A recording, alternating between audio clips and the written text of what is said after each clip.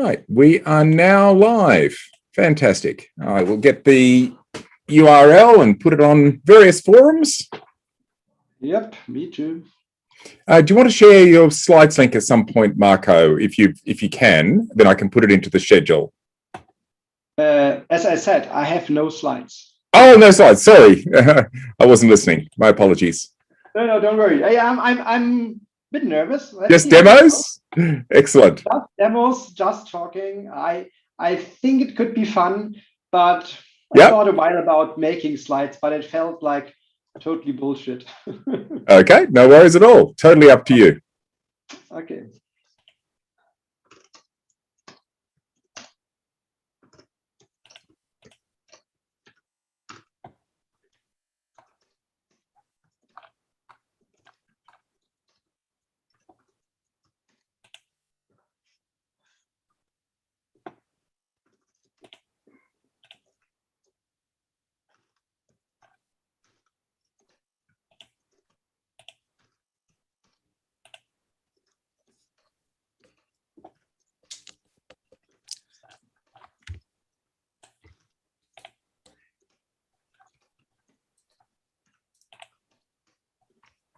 For the money.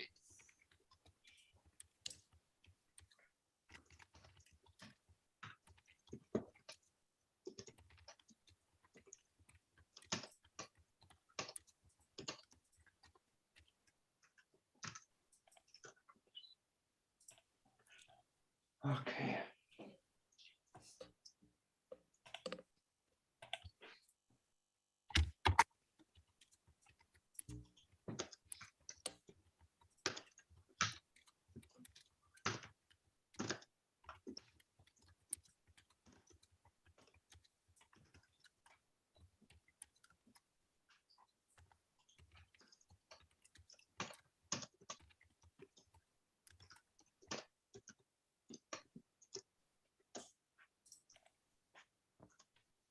Right, so it's posted on LinkedIn, post on Facebook. I'll let James bring it up on Twitter when he gets a chance. I'm kind of doing the same. Okay, great. Did you pass along the Zoom link to a few of your colleagues? To one. Let's see. Okay. But I can do maybe a second one. Let's see.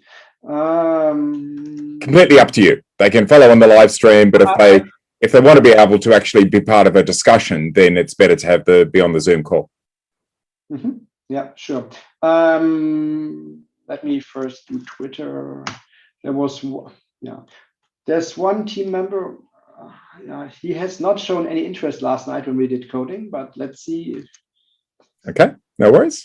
Let's see how he reacts now. Evening, Leonard. Evening, Bruno. Hi, Rich. G'day, mate. How's it going?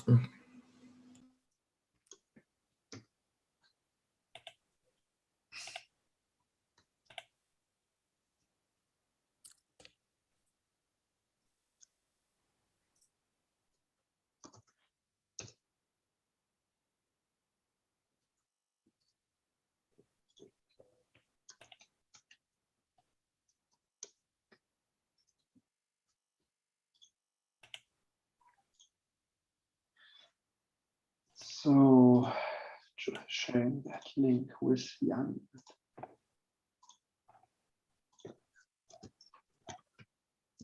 By the way, I discovered during Leonard's presentation that draw on screen option doesn't draw on your screen. Yes, and not only that, but it was hard to be anonymous because your name was next to the scroll. Yeah, so that is now permanently in that video. So that wasn't me. It looked like that was Paul. I've got a little tablet here too. I could try it. I'm glad you didn't do it on my screen though, Paul, because there's a bug in the video driver for the video card for my Linux laptop. And whenever anyone draws on my screen in Zoom, my entire screen goes black. I can still talk to people, but I can't see anything. And no keys work to get out of it.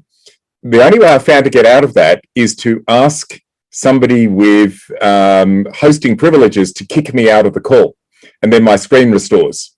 Either that or I just turn off the laptop. But nothing else I found works to get out of it. So please don't draw on my screen when I'm talking or when I'm screen sharing. Yes, it was. I thought, what does this draw on screen option do? And I started.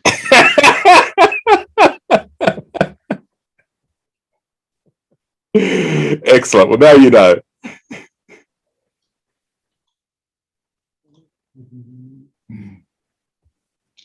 Okay, started screen sharing. Okay, yep, that's worked fine. We won't start the actual talk until the hour, 7 p.m. here, so another 7 minutes. But we can have a general chat first. And we've got a planning session. I believe you've seen in the schedule, Marco, we've got a dev team planning session at the end, and very, very welcome to be part of that. At the end. Yes, so I don't know what your schedule's like, but so there's your talk, and then there's one by Matt Kerr, the ArduPilot thrust stand, and then we have the dev team roadmap talk. And it'd be great if you can stay around for that too, Michelle, for the blimps.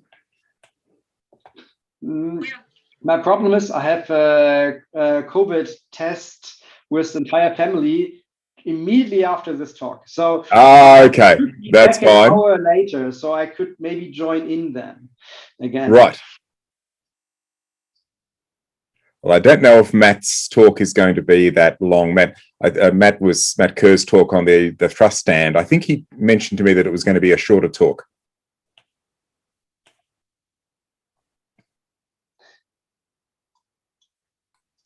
Hey, Tridge, can you permission me for recording? Yes, I'll do that now. Yep, that's done. Thank you very much.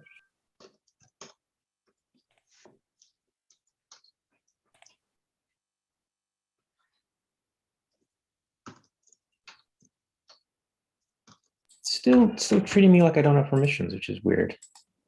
Maybe I didn't do it right. I'll do it again. Oh, something happened there. Something happened? Yeah, that's good. Thank you. Great.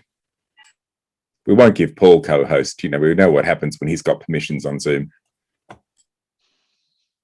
What happens? He drew on Leonard's talk graffiti. Yeah, I was sitting there going, actually at some point in my talk, I'm going, there's something. Somebody's scrolling corrections over it. It looks like it's Paul. It was very subtle. And Paul didn't own up. It just disappeared after it. Oh, was there an erase button, Paul? Yeah. Yeah, I was just sitting there going, moving on, I'll keep on going. Hopefully my computer doesn't crash or something.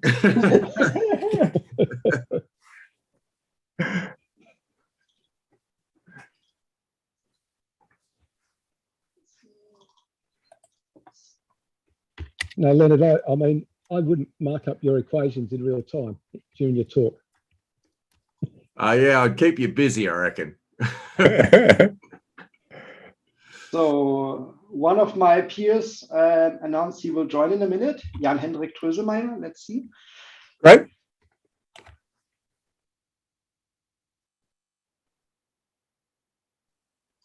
Looks like there's been a few commits to the OMC repo today. Yeah, right. It's today, even in my time zone. Oh, I'm so tired. Yeah. So I will talk about the mess we did last night. It's almost 6 a.m. yet for me. It's a real good morning.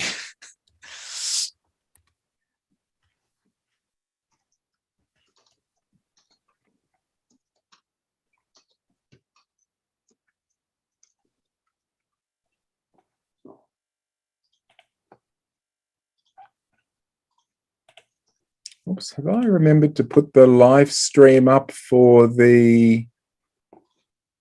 I've started it, but I don't think I announced it on the conference chat channel. Hang on a second while I do that.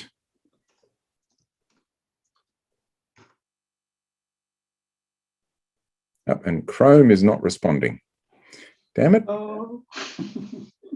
Copy streaming link. All right, I've got it. Good morning, Jan. Oh, yes. Good morning. Why is there a cat and not a dog? Oh, that was from the beginning of the year where the lawyer joined into like a call on the jury or something, and he accidentally left on his cat filter. Yeah, that was great. But let me take away the branding. Your new employer brands you. Exactly.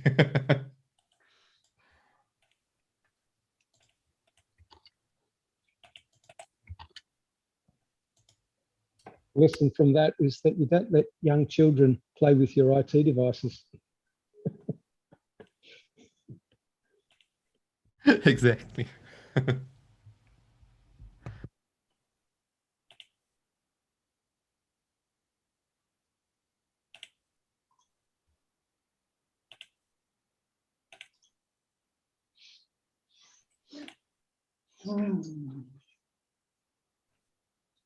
So you have a rolling background.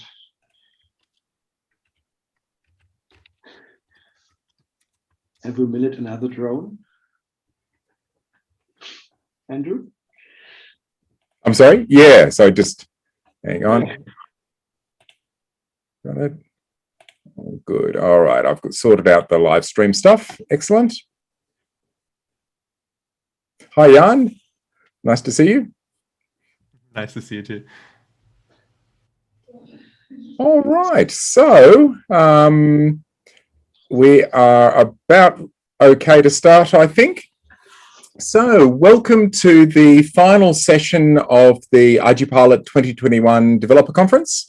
And this evening we are delighted to have Marco Müller presenting on the Open Mission Control System, which has recently been donated into the ArduPilot project. So really excited to see how that's going. And after that, we've got Matt Kerr talking to us about the ArduPilot thrust stand project. And then finally, we've got the, we have an annual dev team planning session. So where the dev team tries to get together and work out what sort of chaos we're going to cause in the next year. So to start off with, we've got Marco Müller. Over to you, Marco. Hi, thanks, Andrew. So let me introduce myself as well. So I have no slides prepared today. It will be a live demo and talking, and I hope it's still and anyway interesting for you. So I myself was the founder of a drone company, a co-founder of a drone company, Mavinci, in 2009, and was there responsible for Mavinci desktop development. For those who have not heard about that company and software, we developed our own fixed wing drone, everything from the scratch as it was usual 15-ish years ago. Our own ArduPilot, our own flight control, a desktop control system for mission or flight planning.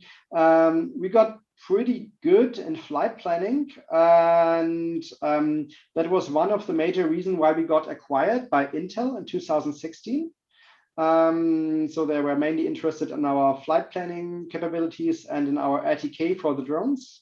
And then we basically took this project. I, until then, developed more or less on my own. And basically, the plan was to write a totally new user interface. So we ripped everything apart. First did it externally, didn't went so well. So then we did it again with a team where Jan was also apart from. And yeah, that went until, I would say, beginning of 2020, we had support for the Intel Falcon 8 Plus copter drone. So basically during that Intel time, we extended the capabilities more and more into the copter direction, while we originally started from fixed wing flight planning. Yeah, and in 2020, basically the project was stopped, and we got Intel convinced to donate the entire code base. So what you can already hear from what I'm telling you is that the code base had a lot of major changes, and in its oldest parts, it's kind of 13 years old. So it's a bit of a mess in some places. There are a lot of nice code parts. The problem is it was always stacked on top. And yeah, I think one of the major tasks for the team would be to clean this up. And we have so many interesting things in the pipeline I will talk later about. Especially Jan had some really nice contribution, which hasn't made it yet to the main line. Yeah, but let's get started. I have the Intel original software running on my computer here. I will start sharing my screen so you can see what I see. I'm demoing Intel Mission Control and not Open Mission Control, since Open Mission Control kind of got running the first time yesterday night. And most of, yeah, thank you, Jan, and thank you, Michael Strauss, for last night's effort. The problem is it's some of the resource folders are still missing, so we have to ask Intel for some other files, or basically, or otherwise have to come up with all strings new, all icons new. So please stand by for just a bit more time, then we can go with Open Mission Control. I will also later in the demo switch to Open Mission Control and show you the differences, what we added later. So this is the software. It's based on a 3D globe and a JavaFX user interface around it. It's at the moment entirely Windows based, but as I said, JavaFX, so it could also run on Mac and Linux, as MaVinci Desktop was doing in the past. But with Intel, we mainly focused on Windows, so the non-Windows support kind of got removed over time.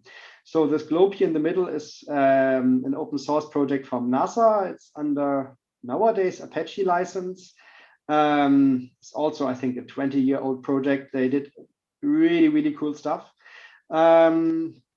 Yeah, so let me just zoom somewhere where you have some 3D impression. Yes, it's full 3D, as you would expect. But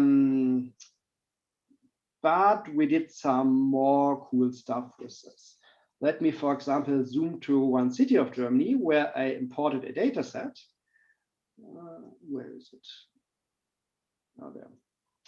And this data set was created by our Sirius drones then, and you can see it loading live, but in principle, it's a tiled mesh model georeferenced by KML files. So this is about, I think, 5-ish gigabytes and several 10,000 of files, kind of half a city, I think around 1 square kilometer, where you can zoom through. And all this 3D globe, and I will show you later some more, we basically use for having a good geovisualization. In principle, we can also load geotiff files for imagery reference. Let me see, this should be enlarged.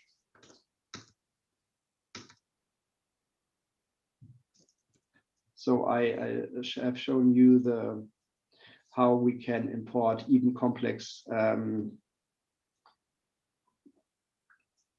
geotiffs.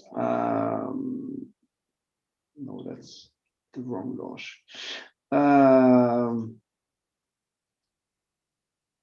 So we can also load geotiff files for elevation support and for imagery support. And I think the geotiffs I have loaded here, they're only 2.5D, so buildings look a bit shady. But also here we have an entire city in a resolution of, I think, 5 centimeters loaded hierarchically, so it's still really fast. We can import also, let's say, single objects, like, where's my favorite one? This data set we created with Falcon drone, and it's basically adding a 3D bridge into the normal landscape. So if I'm disabling it, so you see this is kind of what you get vanilla, and we could add some object like that. Beside this, we can import KML, geotiff files. We have WMS server support, so you can connect to kind of every imagery server on the world. We have airspaces included based on AirMap. If you have a license key, we have at the moment Mapbox background layers if you have a license key. And yeah, we can also do something like control lines and whatever. So it's quite nice map background. You can also do your entire coordinate system planning in whatever coordinate system you prefer. So there's an EPSG database in the background. So it's very prepared for being a full geospatial software. But let's start with some real projects. I have something prepared here for you. Here's a list of recent projects. Let's go with that one. And there's a flight plan I created. That's boring. Let me create a new one. So my favorite example is the city of Heidelberg, because I'm living very close by. So if you want to do flight planning, which is a major feature of the software, typical workflow is you selecting a drone. At the moment, we have only the Intel drones in this release, but in the upcoming one, we have also description, I think, for all DJI drones. Let's go with a certain drone and let's start planning. So it asks you for what kind of mission structure behavior do you want to have. So there are, let's say, 2-dimensional types and 3-dimensional types. Let's start with a polygon.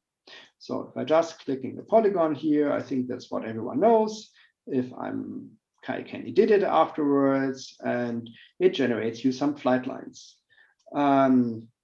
Each flight line has here a line pointing to the ground, showing you the direction of the camera. So we are supporting drones which can adjust camera orientation, like copters, and we're also supporting drones like fixed wings, which are not so flexible in adjusting heights or in adjusting camera directions. So in principle, in this hardware description I just showed you, you can, it's an JSON format, or XML format, I don't remember in detail, where you can specify what is your drone and your camera and your lens and whatever capable of.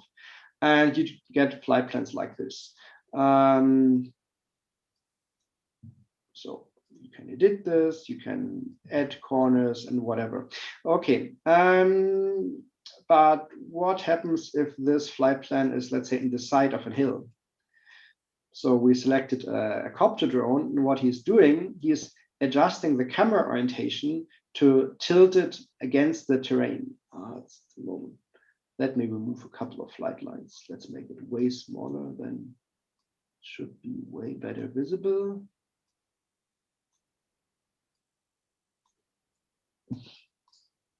So as you can see, it's always pointing perpendicular to the terrain, and the distance of the image triggers on the terrain is equally distant, but not in the air. So you get a perfect overlap. So everything is optimized for getting really good photogrammetric results. Speaking of which, you may have seen that we're doing this greenish color coding here on the terrain. So what's that? If I hover with my mouse over it, you can see the small tooltip, pre-flight estimation, 14 images overlap, 10. So we're basically projecting each and every image to the ground and estimating the overlap we would get at that spot of the terrain. Here, for example, you get only 5 images, which is normally still good enough, but the problem is you get 5 images from one flight line, since the center flight line is not reaching far enough to the outside. So we're estimating this as bad quality. Here at the top border, you see something like 1 image, so he can give you estimations. So the polygon we use for planning here in the center has should be somewhere here. By the way, Marco, would you prefer questions while you're going along or at the end? I'm open for questions. Please go ahead. Okay. I was curious earlier what makes up a drone description when you had that list of drone descriptions, and Paul had a question in the chat about whether this particular drone that you're using tilt the camera to point it perpendicular to the terrain. So let's start with the drone description ones. Let me just show you drone description. Okay. I was partly curious as to whether it's something we could pull out of the ArduPilot parameters, or whether it's like a JSON file that people would create for their vehicle. Is there some sort of editor for these descriptions? So first of all, do you have a hint for me? How can I hide this zoom title bar? Or is it going away on its own?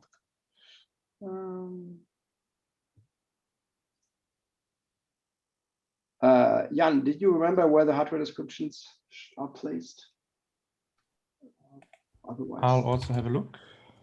I found the original one, resources. No, I found the original one. There's Intel Mission Control source main Java.com, Intel Mission Control hardware, and then there's all the Java files for those descriptions. There it is. Yeah, at the moment, I think, so let's say the description folder is one of those which is missing at the moment, which Intel forgot to donate. Let's start with, I don't know, the Intel Falcon 8 Plus description. So you have something like, okay, name, ID, some legacy like how to connect to that, what image should he use. But here it gets interesting. Maximum line of sight in meters, plane speed max, so how fast can you fly? Do you need a certain overshoot at the end of line, or is the drone overshooting lines? How early does it start to turn? So do you have to extend flight lines or not? Angular speed noise, so is there a certain rotation noise on the drone we have to compensate for? Maximum angular speed, so you see there's a lot of numbers. Is fixed wing, is copter, then you have like how is the payload mounted relative to the drone, what are the compatible cameras for those drones, and then in the cameras again you have a list of lenses. Principle, it should be very extensible, and this is how it is at the moment. Yeah, that looks really quite detailed. Yeah, and yeah, as I said, we use it for a lot of automatic flight planning. Here you can see what axes are fixed on the camera. So what is the gimbal enabled to rotate and what is the gimbal not enabled to rotate? What are the maximum gimbal angles? Is there a certain offset in something? What is typical exposure time? You name it, there's plenty of stuff in there. So the resulting flight plan then presumably would include the desired pointing angle, or is it a region of interest, like a ground point region of interest? Or so let's export the flight plan. Yeah. Let me. Okay, sorry. This version is not. But okay, we can do it this way. Okay, here's a list of generated waypoints out of this computation. I see. You can see for each image, you get latitude, longitude, altitude, above reference point, about takeoff, above ground. What speed should you have at that point? How long you should hover there? 0 means just fly through. The camera orientation, and should you take an image or not? Right. Yep. You can see there are even some additional points added for getting the turns right. You can have a random text at those points. Yeah.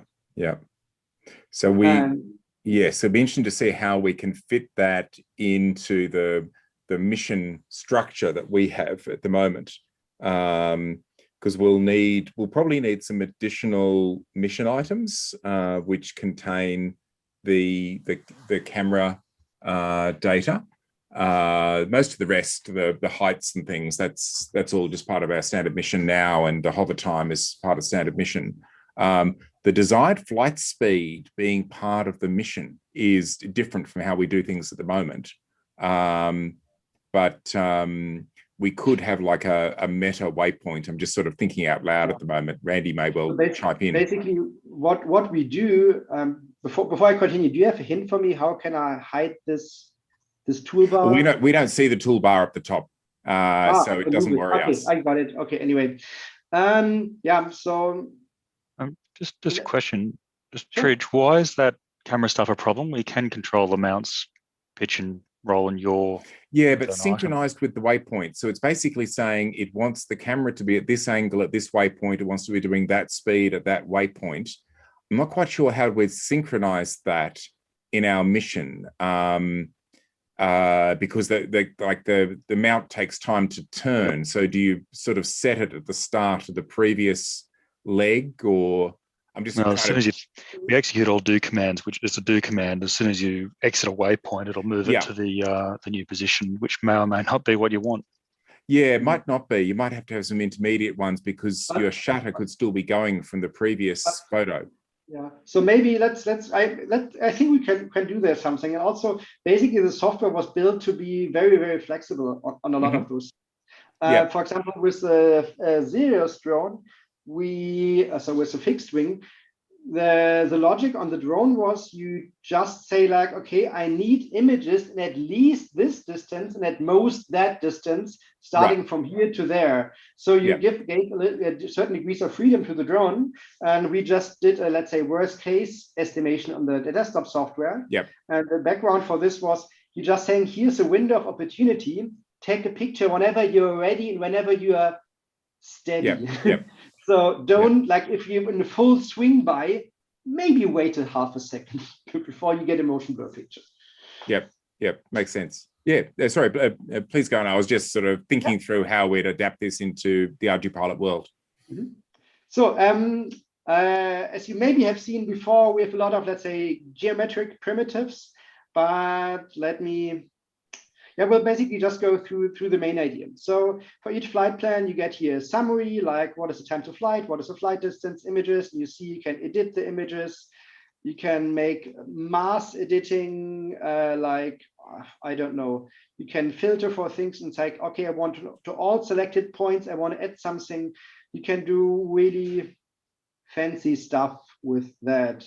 You can like invert the selection. There's like select waypoints with warnings. I will show you what warning means before and things like that.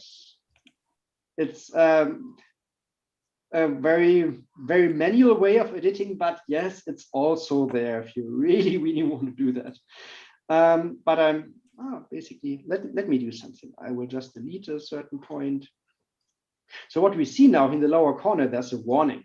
Ooh, why is there a warning? Let's click there. Or will not get full true auto coverage, estimated only 80.8%. You see the true auto coverage. That is basically the amount of the polygon we specified as the goal area, which is green. And here in the lower bottom, I think there's some percentage which is not perfectly dark green, but pseudo auto quality, yeah, it's 100% because everything from the polygon is covered. And additionally, we also get the area. But back to the warning, it just tells me, yeah, it's not perfect. And there's a second warning, flight lines not computed automatically. You want to enable it. So there's interactive warning with fixed me option. So if I click on it, it's fixed. And if you now go back to the menu, it's back to automatically computing things. And the warning I just showed you is just one of those.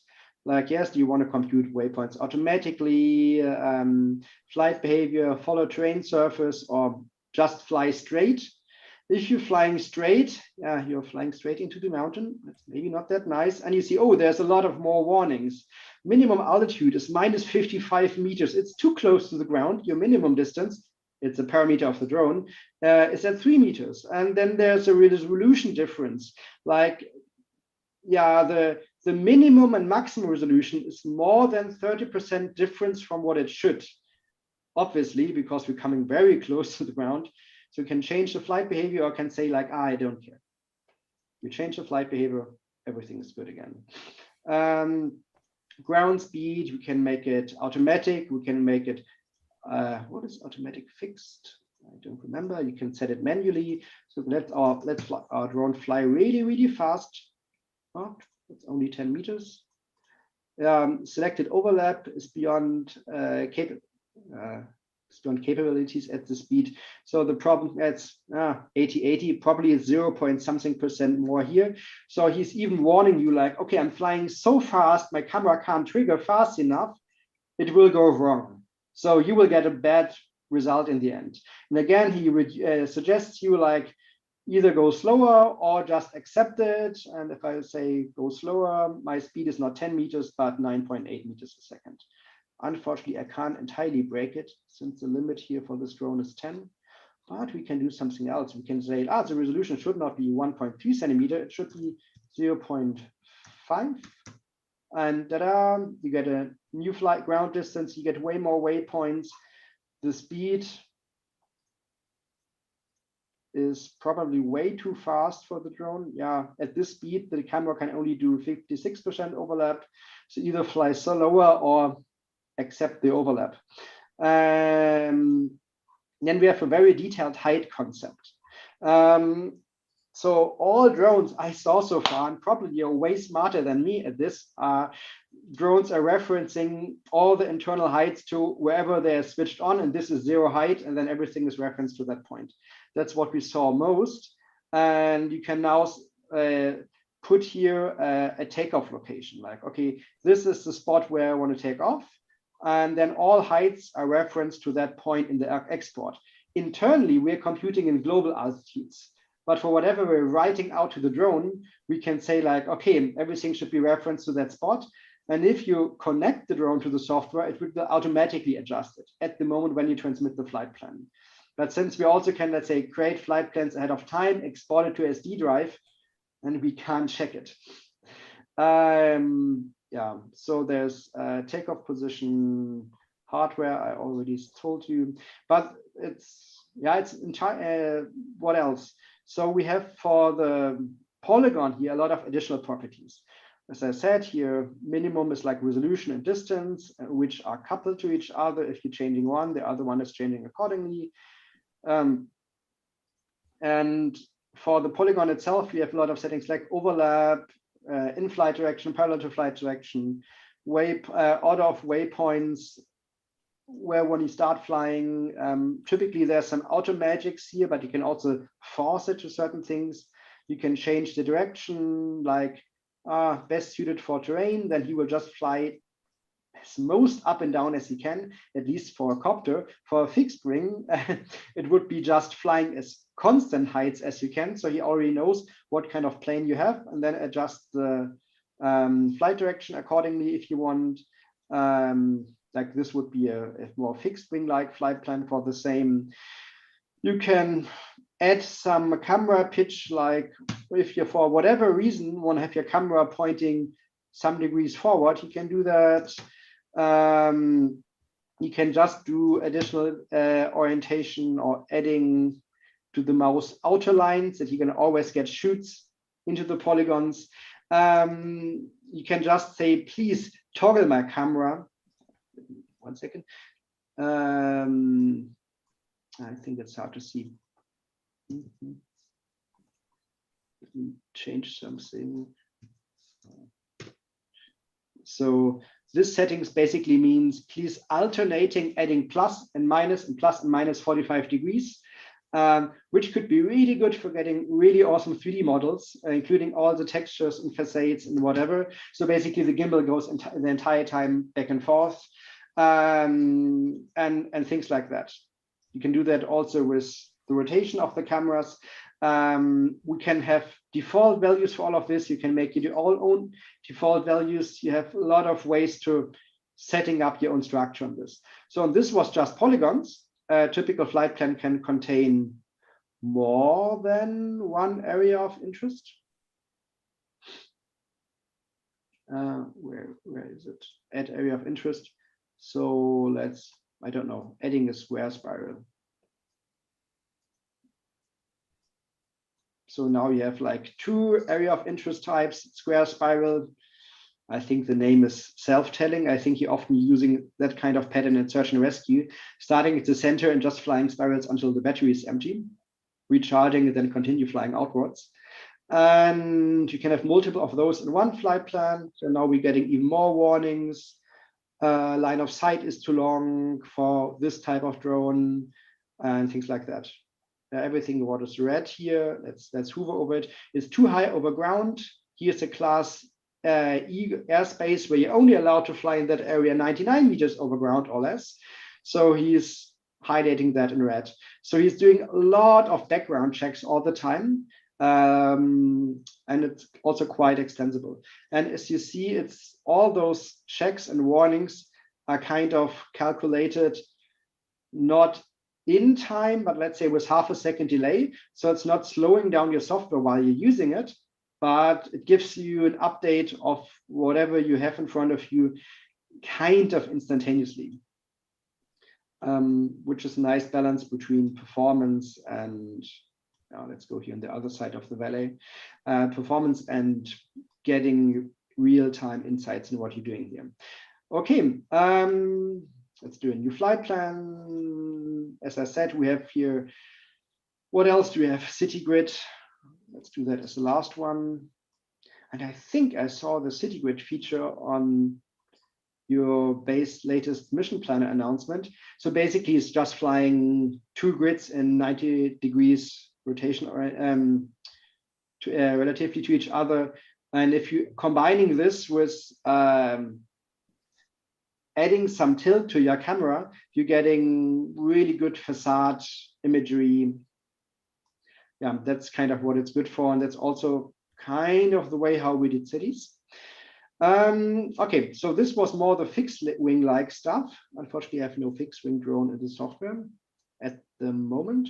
But let's go for the more drone-ish things. So let's start with a simple tower.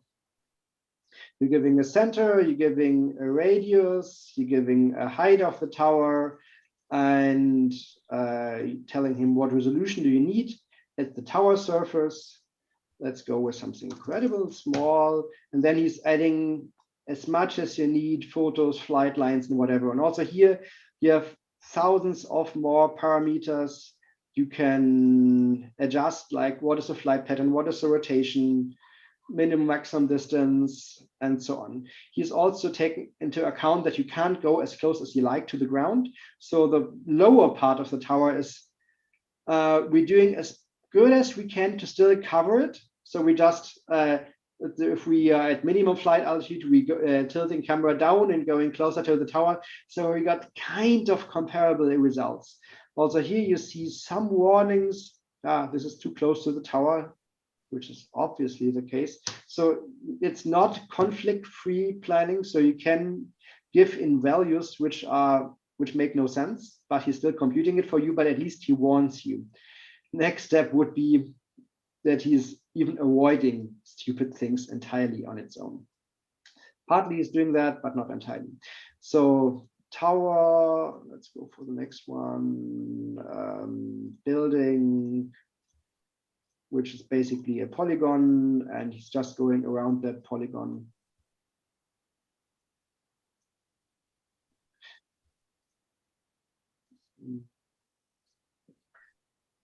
Yeah, so basically has a polygon to cover the rooftop. He is going around the facades, always taking care he's having perfect overlap at the facade and not equidistance of the drone flight lines. So the drone flight lines get different distances, let's say outside, especially for corners. We're making sure that photogrammetry is not breaking. There's typically a constraint of about 15 degrees between different flight lines.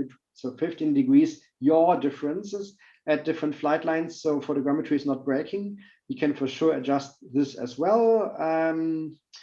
So there's facade, which is basically, yeah, like the building, but yeah, just one wall, or if you like, you can also get multiple walls with corners and whatever. We also have under the hood something like a fully parameterized 3D windmill. So you can enter the blade length, you can enter the hub diameter, the tower height, the orientation, and he's doing the inspection flight pattern around that. So there's a lot of those things, and maybe now is a good spot to highlight what Jan was doing, but it's not integrated yet. In the next version, you can, so we have the code yet, but it's not integrated in the user interface. Just load any arbitrary mesh or 3D structure with undercuts however you like a bridge, like a windmill, like a, I don't know, big, expensive object you want to inspect. I don't want to name things. And just crop out a certain section and tell it, like, please cover it with that resolution. And he's computing perfect flight lines and minimum, with no collision, with perfect overlap at the object, with all the photogrammetric constraints. That won't be that instantaneously, but Jan, do you want to tell more about that? Yeah, basically it does exactly what you said. You load in some kind of mesh, I think an OBJ mesh, and it would just basically cut up the whole object into flight line layers, and then it will just fly around it, and taking into account that you want to have the same coverage at every point on the object. And, you know, it also supports a little bit of the weird shapes, like if you have a bridge or so, then it will normally fly around every pillar of the bridge. That's basically it. Mm-hmm. Yeah, I'm really curious if we get that integrated. We kind of playing with that kind of technology for the last, I don't know, 5-ish years. I think 2016 I first started a bit of that, but Jan really made it way better. We even did a keynote about that. So if you look for AUVSI 2017, I think it was 2017, we demoed kind of that on the big stage. You can find that on YouTube. Okay, so this is flight planning. As I said, there's a lot of warnings we do in the background, like estimating speed of camera, motion blur, overlap with airspace restriction zones, with terrain, maximum line of sight. I don't know, I think it's 30 different checks we're running entirely all the time in the background. And for most of the checks, we're even simulating the entire trajectory and deriving the checks based on that. Okay, so next step would be normally that you, after planning, you throw out your drone and fly. I will show you that in a second, because it's not part of Intel Mission Control in the released form, but it will be part of Open Mission Control. Let's first go to what you do after the flights. After the flight, you have a data set. And I will show you a bit of what we have here. So basically, after the flight, you can typically have either a set of images with proper EXIF metadata with orientation and latitude, longitude, and everything inside. Or after the flight, you have one folder with images and a log file, and you have to bring that together. We basically supporting both. How do you time synchronize between a log file and the images? Sorry, can you repeat that? How do you time synchronize between the log file and the images? Because very often there's a bit of a time skew between the two. Yeah, so basically we have an estimation algorithm, because next problem is, like, you have a time offset, you have some stretching in time, maybe a bit. You have drift with slightly different clock rates. Yeah, and you have very often, like, losing images, like you think you triggered an image, but you have not. Or sometimes there's an additional image because someone put it on the SD card because he thought it was part of it. So even the amount of images doesn't match. And also typically in the EXIF metadata, you have only integer seconds. And on your log files, you have, I don't know, microseconds, nanoseconds, whatever. So this is all the problems we also encounter. And we basically have an algorithm which kind of tries to find a perfect matching between them, minimizing the time jitter in the offset. And it's doing that by examining the images themselves. So it's trying to do the matching of the images itself. Right. Okay. Yeah. And it works for most of the time very well. But let's say in 1% of the time, or corner cases, if something is somewhere broken, it's computing forever and not coming up with any result. So it's not perfect yet, but I know that within our drone team, it was a hell of a relief after we basically brought in that to the team by the Mavinci acquisition, because everything they had before was way more bad to use. So it's already very smart dealing with missing images on I don't know, a couple of % of the amount, dealing with too many images. Basically, we even calibrating different cameras, because we saw some cameras have a behavior that they're kind of buffering images, and due to that buffering, they're using the timestamp not at the trigger point, but at the writing point, and then you have a buffering jitter as well, and that gets really messy. Yep, nasty. Nasty. So, okay, for whatever reason, this is not showing you what I wanted to show.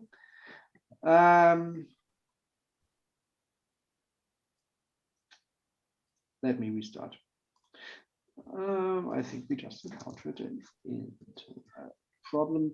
So basically, next would be, as I said, matching images with the drive. So you either importing SD card with already metadata inside, or you just telling him, okay, here's the log files, maybe multiple, here's the images, please do your magic. And then it copies over data, maybe downloads it even kind of on the fly from the drone if it's necessary. Okay, let's go back to the data sets.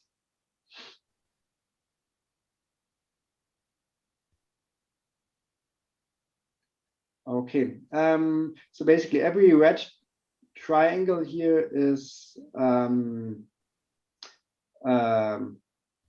image position. So now I'm a bit bad luck, because for whatever reason, he's not showing me the ground preview. Okay, this is the demo effect. It worked yesterday. So normally what you should see is that, like this. So, right, so you're getting in the background all images projected on the ground in a really, really low resolution, which helps you to see like, okay, have I actually flown the area I should fly? Sometimes you get from your customers like, map, please fly that polygon, please fly this building, then you, or let's say this construction site, and you look on Google Map where that is, plan your flight, but actually the construction maybe have moved. They're now building 2 weeks later somewhere else. So it's good after the flight to have a quick check to see, oh crap, I wanted to capture this island here, but the island is at the corner, so I have to do some additional images. You should see that before you go home, and having this quick preview really helps with that. You can zoom in, and the most center image he's giving you in full resolution, so you don't even have to, the problem is the full resolution loads a couple of seconds per image, so you don't even have to open it externally in enemy image viewer. What you still could do with a right click, he's just showing you the images most under your cursor. So you can do that kind of stuff. What else can you do? You can also, for other kind of flights, you can't project it to the ground. Let's say if you fly around a tower, you can just show individual images hovering in the air. And yeah, for a keynote, we already integrated it, but one of the next features is you would click, if you click an image, he zooms in and makes it a 2D preview in full resolution, kind of seamlessly in the 3D view. This projection you're doing now, the matching to global coordinates, is that being done solely from the data from the autopilot, or is that being done using the image data to match up against, for example, Google Earth or similar? No, where's the it's purely metadata, and for that reason it just takes you 1 second or 2 seconds. So this preview is incredibly fast. And that's why there's some errors as well. Yeah, sure. But it's the question is, how good is good enough? If you want to get a better preview, if you see, if I now have enabled filters based on a polygon, if I move my mouse around, you see the background computes kind of, let's say, half a second, quarter of a second. So this is the amount of time we need for computing such a stitching. And it only works because we just entirely rely on the metadata. Right. Yep. Now, can you adjust? I mean, height information is often a bit off, depending if they've had a RTK fix. Is there a way you can sort of do a global height adjustment or any other sort of global adjustments for errors? Yeah. Aha. So now it's 100 meters higher. Okay. Yep. But we are already also here. We're doing some tricks in the background. We kind of averaging over the entire flight plan. You typically have a barometric height and a GPS height, and we try to compensate them against each other and try to find out, so what is the height at your takeoff point? Try to match that with Google Maps or with whatever map we have, and then automatically adjust certain global offsets. So with the matching against the takeoff point, the problem is that you might be on some structure. I mean, Google Earth doesn't, its DEM is not great. That is the reason why you can adjust it. But let's say this automatic add-on offset estimation works quite well for, let's say, something like for whatever you mixed up ellipsoidal heights and geoidal heights and things like that. Yeah. Can you choose which geoid it's using? Yep. As I said in the beginning, you can go here. Right. Okay. Great. Through tens of thousands of coordinate systems. Yep. I'm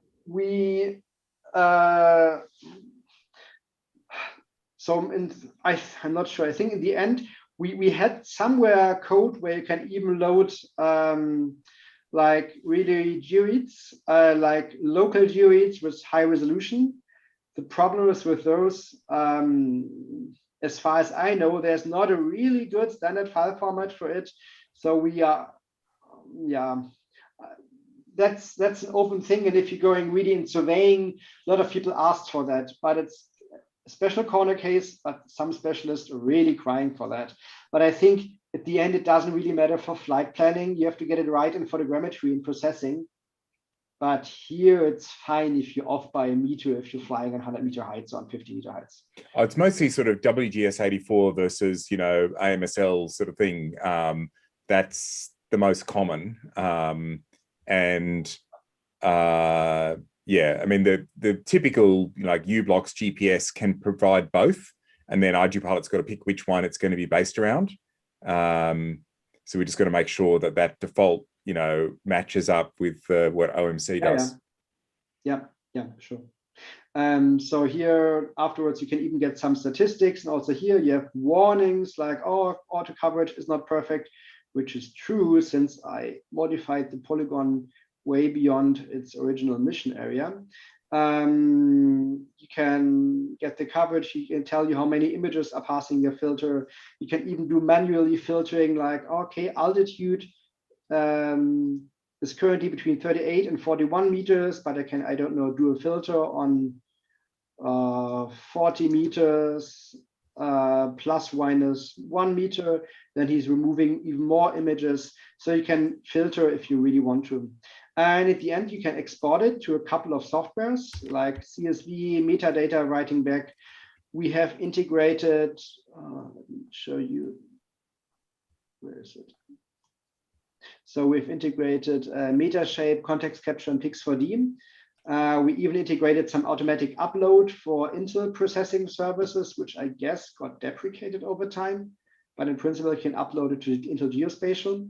For Argisoft Metashape, we even have our own Python plugin within Argisoft Metashape, where we're doing a lot of RTK optimization through running through the dataset a couple of times, doing filterings to really tweak the accuracy. That was one of the tricks we did with Sirius in the past, how we tweaked the RTK accuracy by just doing very smart filtering within Photoscan. And even that Python script and plugin will get released, but at the moment, they're not compatible with the newest version of Metashape, but I guess it's just a couple of hours fixing as soon as we have time for that. So much about data sets. You can merge multiple data sets. You can yeah, process a lot of them at once. I think okay, somewhere there we stopped doing the work, but in principle, it's at least there was some planning for doing that. It was capable with Mavinci Desktop beforehand. Yeah, next, what I would like to show you is open mission control and what we do for Muffling. Before that, any question about flight planning or datasets? Oh, hi, Marco. Hi. In the beginning, you showed some profiles with constraints regarding the camera and some things about the aircraft. Yes. Do you have any kind of constraints regarding the flight endurance? How to break a flight plane to merge two flight planes or split in two flights, or battery endurance stuff? So we, at the moment, there's just like max, it's part of the drone description, max flight time. So you can't find it right now. Somewhere here should be maximum flight time. Okay. And we are only warning if it gets too long. We had a lot of wireframes drawn how to automatically split it up and what to do there, but that's not yet integrated. So there's also no coding around it. We had something like that before for Mavinci Desktop, especially for, let's say, big fixed wing flight plans, large polygons. And what we learned there is if you're splitting it up before you actually go to the field, it's actually a stupid idea. So our planning was more into a direction, we called it agile flight planning or something like that. So you're planning a big polygon and just making, let's say, a preliminary breakup with some estimation and doing it slightly too large for a single battery. Then you're doing your first flight, then you basically got the log files in, see what you actually covered, and then the remaining flights are newly computed based on what's left over and not on your last planning. So after each flight, you replan because what we saw, like if you go to the real world, either you're planning with a lot of buffer, then it takes you way too long, or you're planning without buffer, and then you very often can't do the flights because you plan to have a takeoff location there, and then there's a tree in your way, you have no line of sight, or there's some water. And so this planning ahead of time without being there was very often, you have to be so conservative that it's actually possible. And so we did it that way.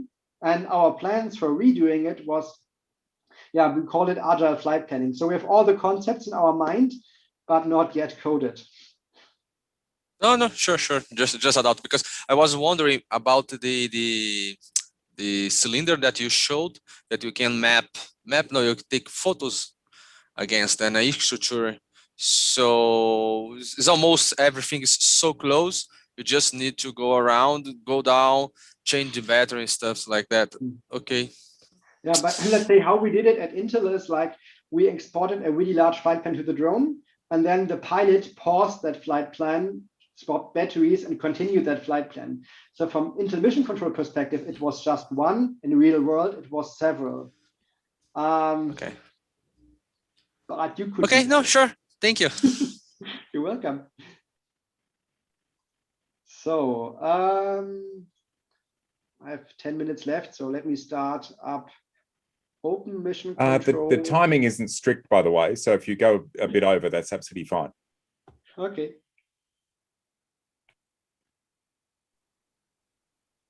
Why is it not starting up? You need to close IMC before you can. Yeah. Yeah, it checks if it's already running and then. Okay. So what we did yesterday is getting a lot of old, let's say, public available libraries back into the repository, so it's somehow starting. What's still missing is a resource folder with all strings and all icons and whatever, but we will get there. So let's start a random, by the way, random flight plan. So you see here, there's now geofencing included, way more artwork we did. We have different operation levels in the software. Maybe let me do that quickly. Yay, Overlord. Let me be Overlord.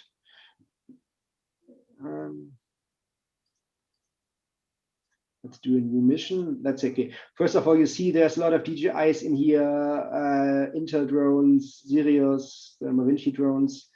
And I think we even played with unique drones. So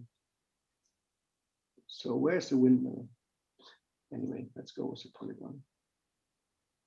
No, yeah. Also see that if you're doing a too large polygon, he warns you like, it's too large, I won't do a flight plan. Anyway, what I really wanted to show you is we have not only the planning button, not only the dataset button, but something in between. We are calling the flight tab. Since I have no drone available here, let me connect to a mocked drone. Yeah, it's still 3D, but the drone is somehow hovering in the air. So we have something like a dashboard with the most important parameters. On some of them, you can click to get a chart. This thing's starting to shine orange or even blinking red if they got on certain warning ranges. All those warning ranges you can define on the drone level and the specification files. You can select emissions. You can have automatically and manual pre-flight checks. All these warnings and fix me concept you saw from the flight planning, we also encountered in the flight execution tab. In the flight planning, you can use your drone as your GPS, like please put the center of the drone, of the tower, 5 meters in front of the current drone location. So you can do something like that. If you're out there in the field, want to do your planning, and you have no good map, you can just use your drone for georeferencing whatever you're planning. And yeah, unfortunately, I can't show you a lot because I have no muffling simulation running here. So we tested it already with PX4, I think several different drones, including our own. We tested it with some ArduPilot drones. I wouldn't say it's perfect, but it's good enough. We also have live video support in here. You can get something like a preview of the video collection in the lower corner based on, Jan, what was it? Do you remember what library? What Anton was doing it? Oh, never mind. Yeah. You can have manual pre-flight checklists, which are specific for different drones. So what should you do for this drone to actually take off? Automatically check results failed. Yeah, there's no drone available. Yeah, there's the visualization here. You can do something like stay on the drone, centered, have the perspective out of the cockpit of the drone. You can switch the map from 2D to 3D. Do a lot of nice things. You can measure on the map.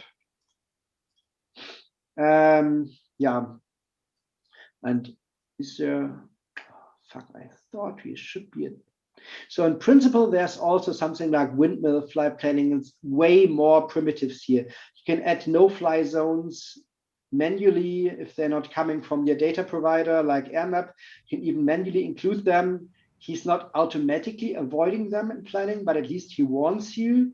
The next step would be automatically avoiding flying into the no-fly zone. And then if he has to maybe shoot into the no-fly zone from the outside, that was all on the next list. And yeah, so coding wise for us next would be getting the remaining files, getting it running from IntelliJ as the first thing, and then next getting a command line version compiling so you get an installer can actually run the software. And if we have, let's say, a software you can just install without a development environment around it, if that is achieved, then we're super, super open to clean up and to feature improvements and to whatever. But I think that should happen first. Getting it usable. Completely agree. Everyone. Yeah, you get it building, get it in CI as well. So that it can build. Thank you. GitHub Actions is our preferred CI. We also use Semaphore, but generally we're moving most things to GitHub Actions. And so getting sort of every commit and branch and PR and things, and at least some, preferably with some testing, but even just getting it to build in CI would be a great step. But you know, testing, automatic testing would be lovely as well, but it's difficult with a UI-based system like this. It's somewhat of a challenge. But and then you know, connecting it into ArduPilot software in the loop simulation, that would be really valuable, because that would allow people in the community to try it. And the question is sort of which SITL we should use. We've got lots of different physics backends that ArduPilot supports. The ideal one would be like an immersive 3D one, which gives you an open world so you can actually simulate at the location you are on the planet. But such a one doesn't actually exist as far as I'm aware, that provides any sort of, you know, halfway reasonable physics.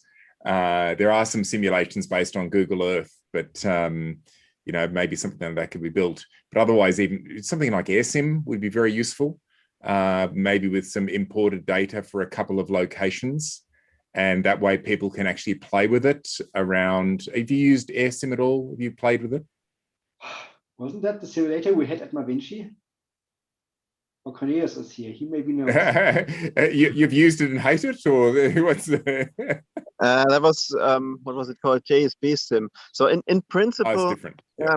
You don't need a user interface on the simulator, because Open Mission Control gives you that already. So if you have a simulator that's command line only, that's basically enough, because it will render the drone within the 3D world in Open Mission Control anyway.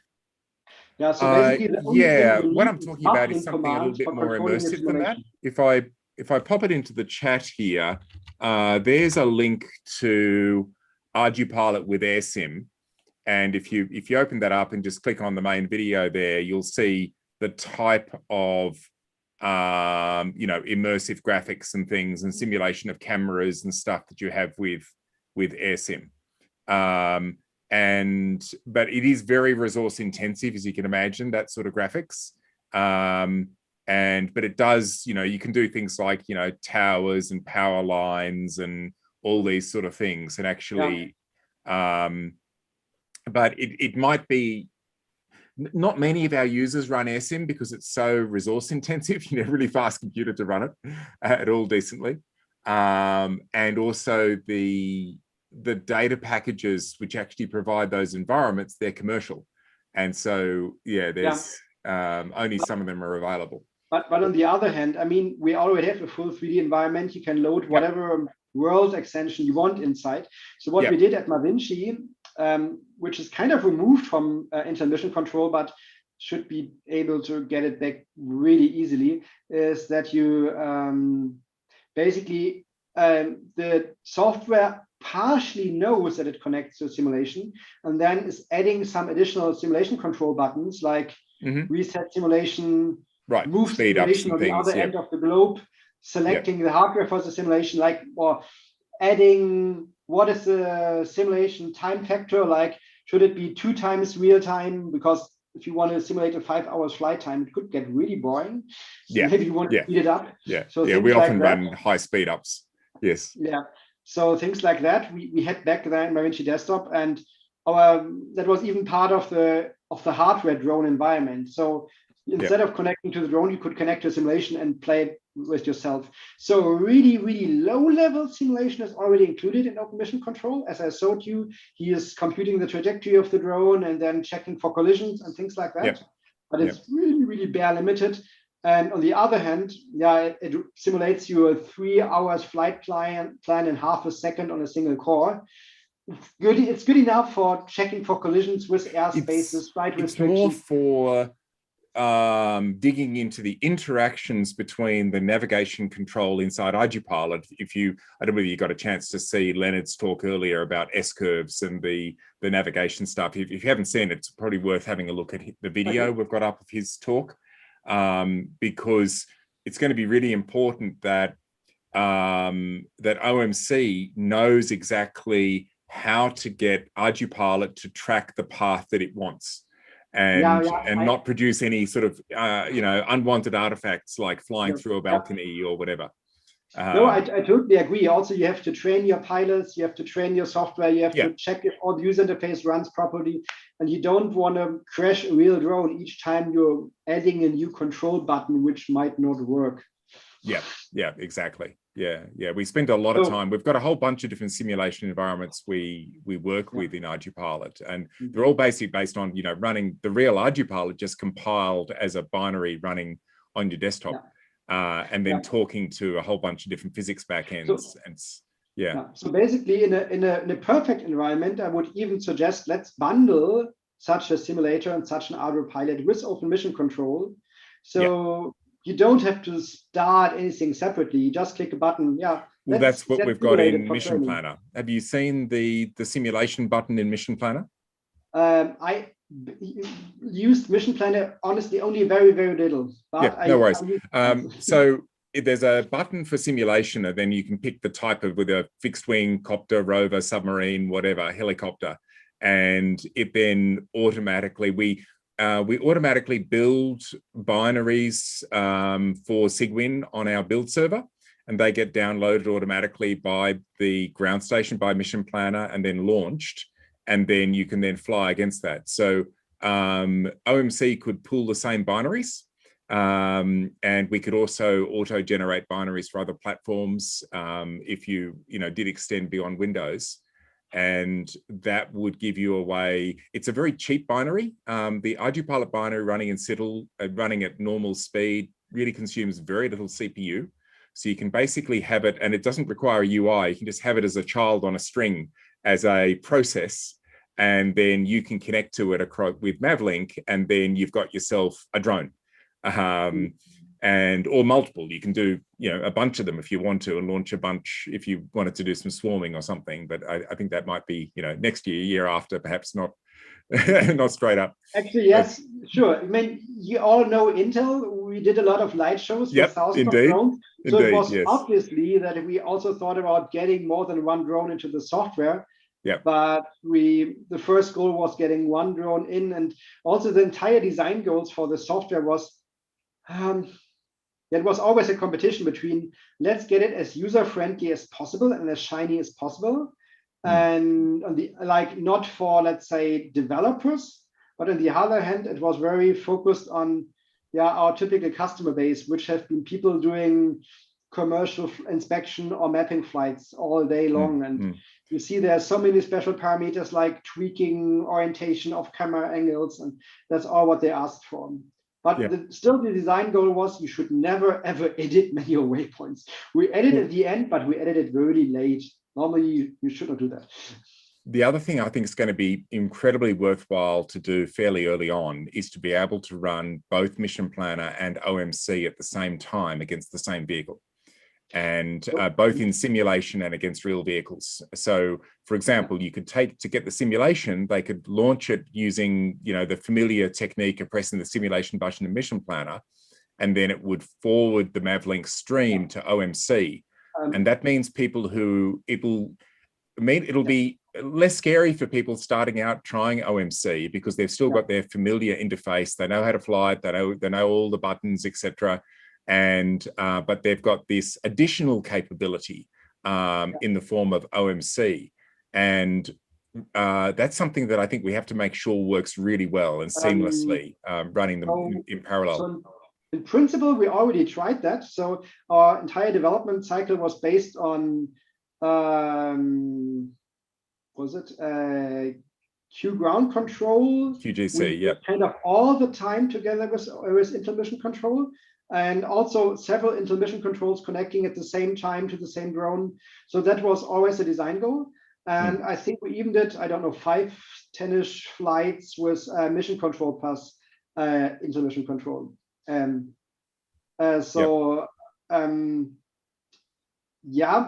should run already. I'm not sure if the buttons we just need to make it slick and very easy to launch and easy to maintain that link.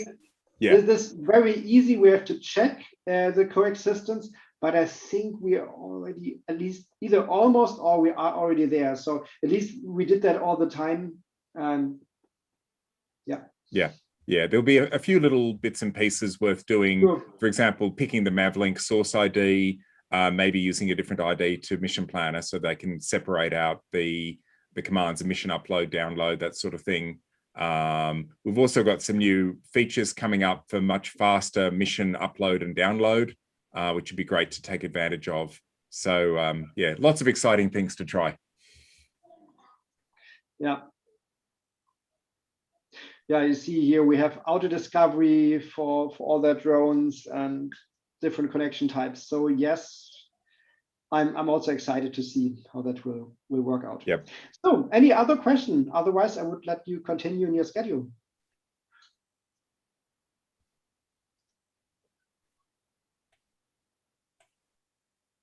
No more questions at all?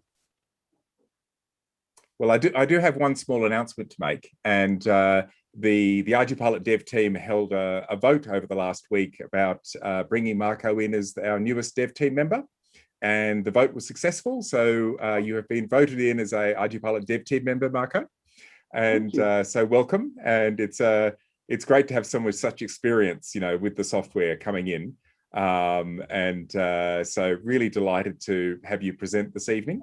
And it's fantastic to see these sort of capabilities coming into ArduPilot. And I saw there was some excitement on the live stream on YouTube about the sort of capabilities that's coming up. So thank you so much, and really look forward to working with you in the coming months to bring this out to the community. Thank you. Thanks a lot. Thanks for inviting me. And I hope that will be a lot of fun, and hope that I can get more of the people from the old team working on it. Jan was here kind of at the beginning. He seems to be really excited. So thank you, Jan. Fantastic.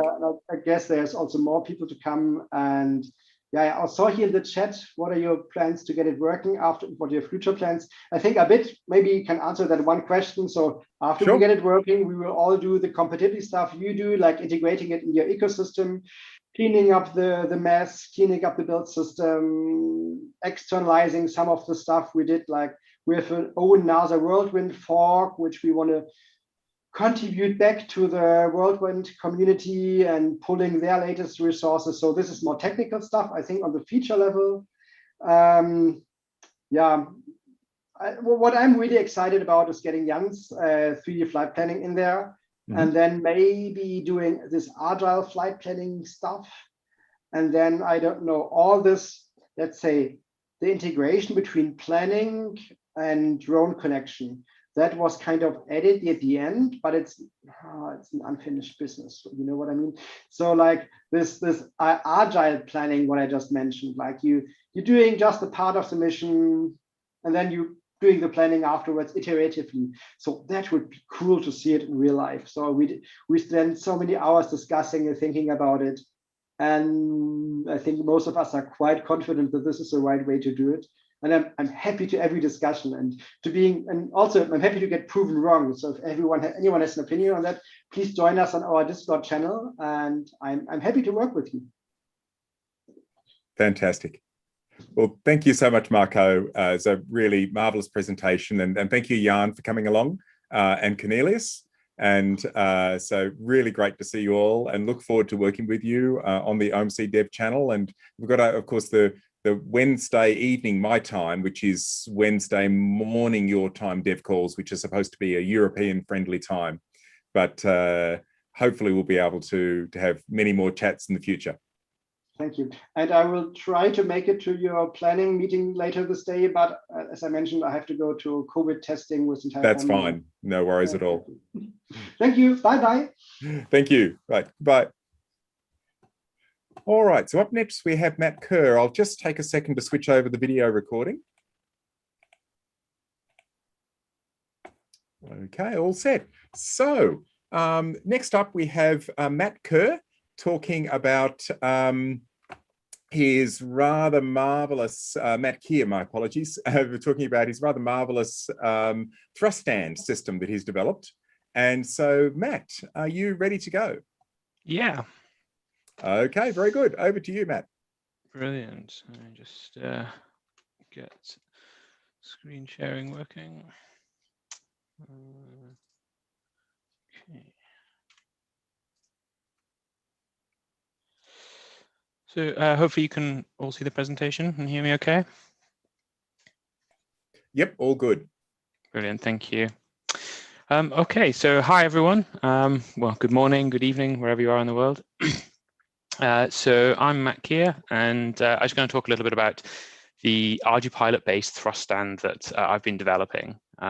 This was essentially a sort of one of those really satisfying, fun projects that I started, and it ended up becoming a very useful tool. And it's a very useful tool I'm hoping to share with the community to make something that's just a little bit more accessible for a bit more in-depth vehicle setup.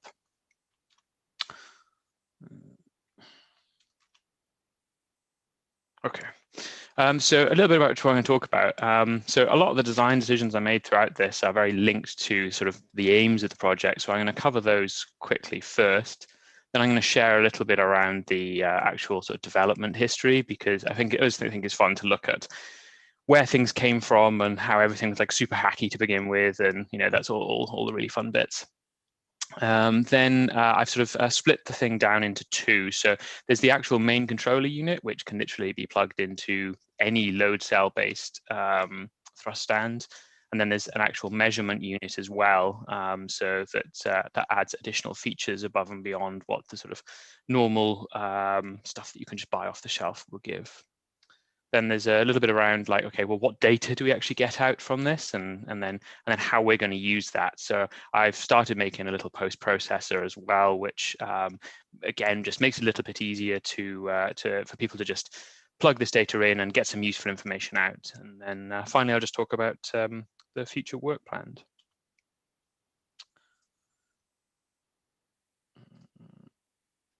Okay.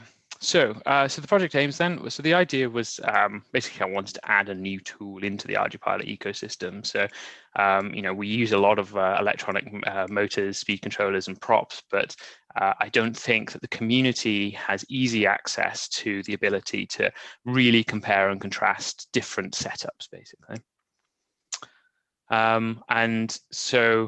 And there are things already available, but they aren't very feature rich. They're very basic. It's often you're reading thrust data off of a little LCD screen, or you're having to shell out a lot of money. So it was to try and make something that was very feature rich, but also very accessible. So what I mean by accessible is I try to keep it low cost. And so everything I'm presenting, if you were to make a carbon copy of what I'm presenting here, it'll cost you something to the tune of about £340 for everything.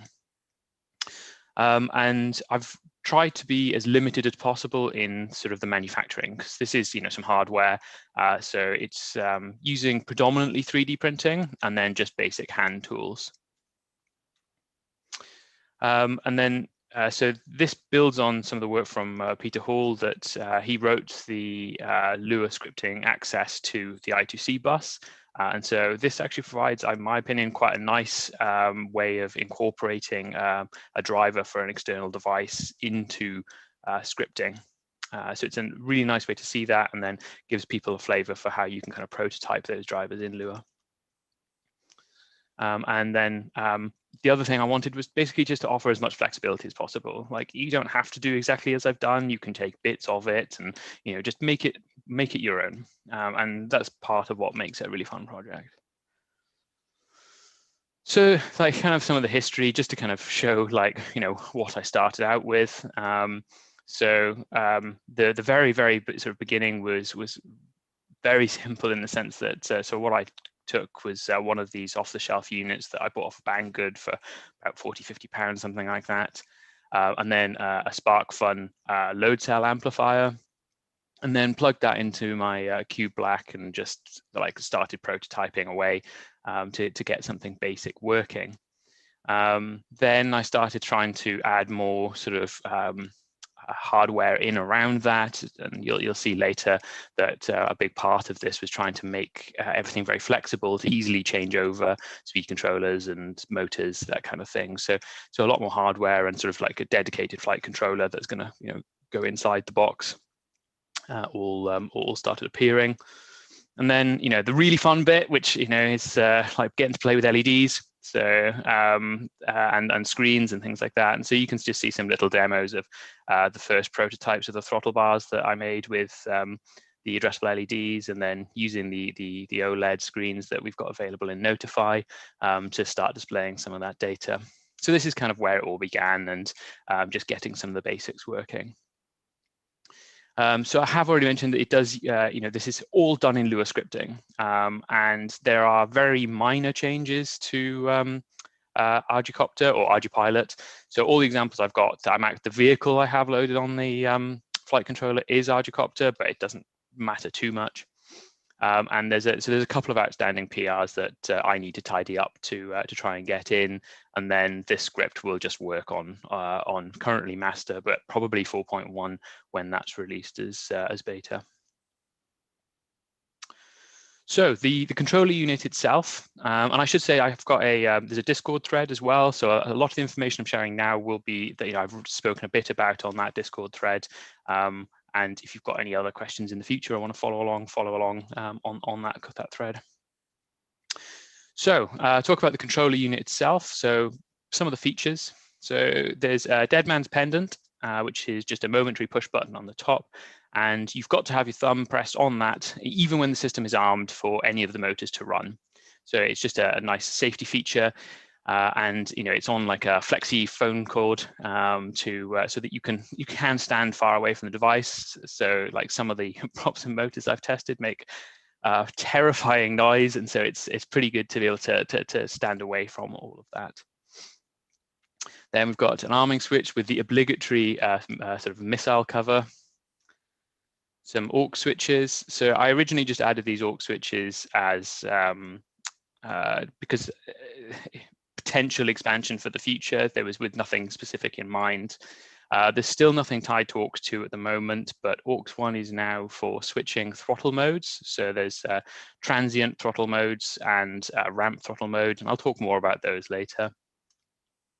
Then there's the calibration button, and so that just takes you through the process of calibrating the load cells, and in this case it's both thrust and torque load cells. And it's a nice little button with RGB LEDs in there, so that it changes color as you step through the different phases of the calibration. And the OLED screen talks you how to go through each thing, apply your load here and press the button again, that kind of thing. So this one is set up so it'll do between 4 to 14S voltage, like a lot of things that I mess around with, sort of around the 12S voltage range. So that was a big feature for me.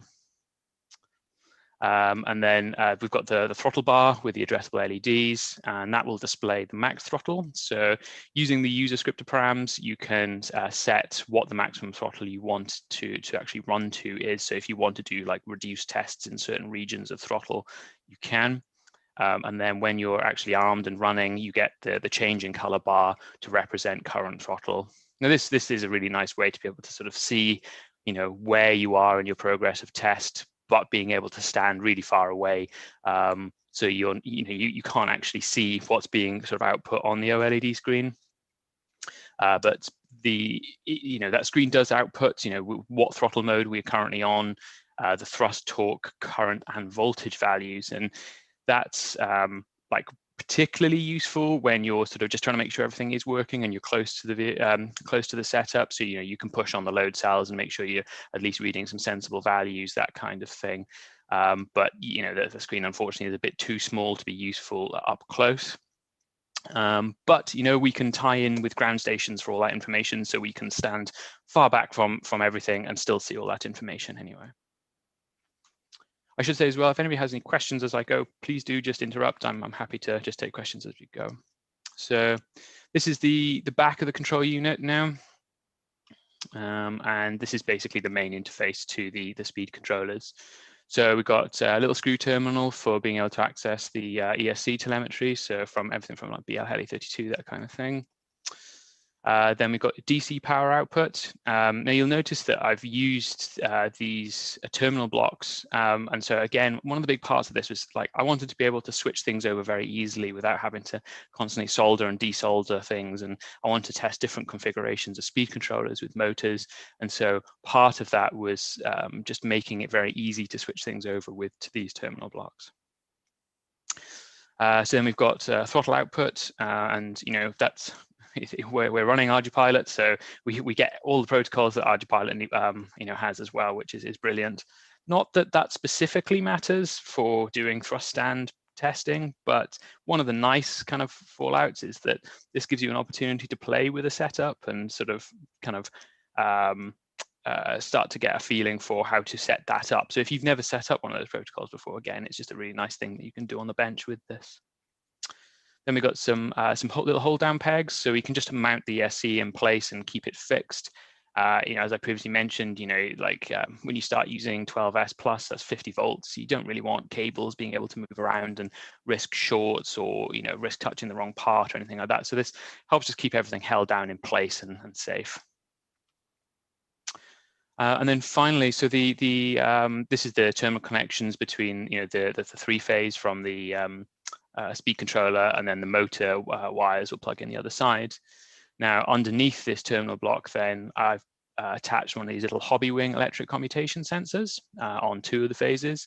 And so what's quite nice is even if you're using speed controllers that you don't have ESC telemetry, just by the nature of like plugging your speed controller in, you're automatically getting some way of computing your RPM from your electrical commutations without any additional hassle of trying to solder or plug things in. So I apologize for the slightly messy wiring inside. I probably should have spent a bit more time trying to tidy that up, but to give you an understanding of what's going on inside this box. So we've got ESP Wi-Fi telemetry. So this is brilliant because, you know, I can, so I tend to sit with Mission Planner open and I use a telemetry screen so I can see live outputs, you know, whilst being far away from the test setup. I can use it for using MAV-FTP to pull all the data back across or just setting the params, that kind of thing. So this makes it really nice to interface with everything. Then there's a buzzer hidden down in there, so you get some feedback using, you know, standard ArduPilot notify. Then you've got there's a Mauchbeck for, you know, the high voltage down to 5.3 volts, nice clean stable voltage from that. And the high current Hall effect sensor sat there as well.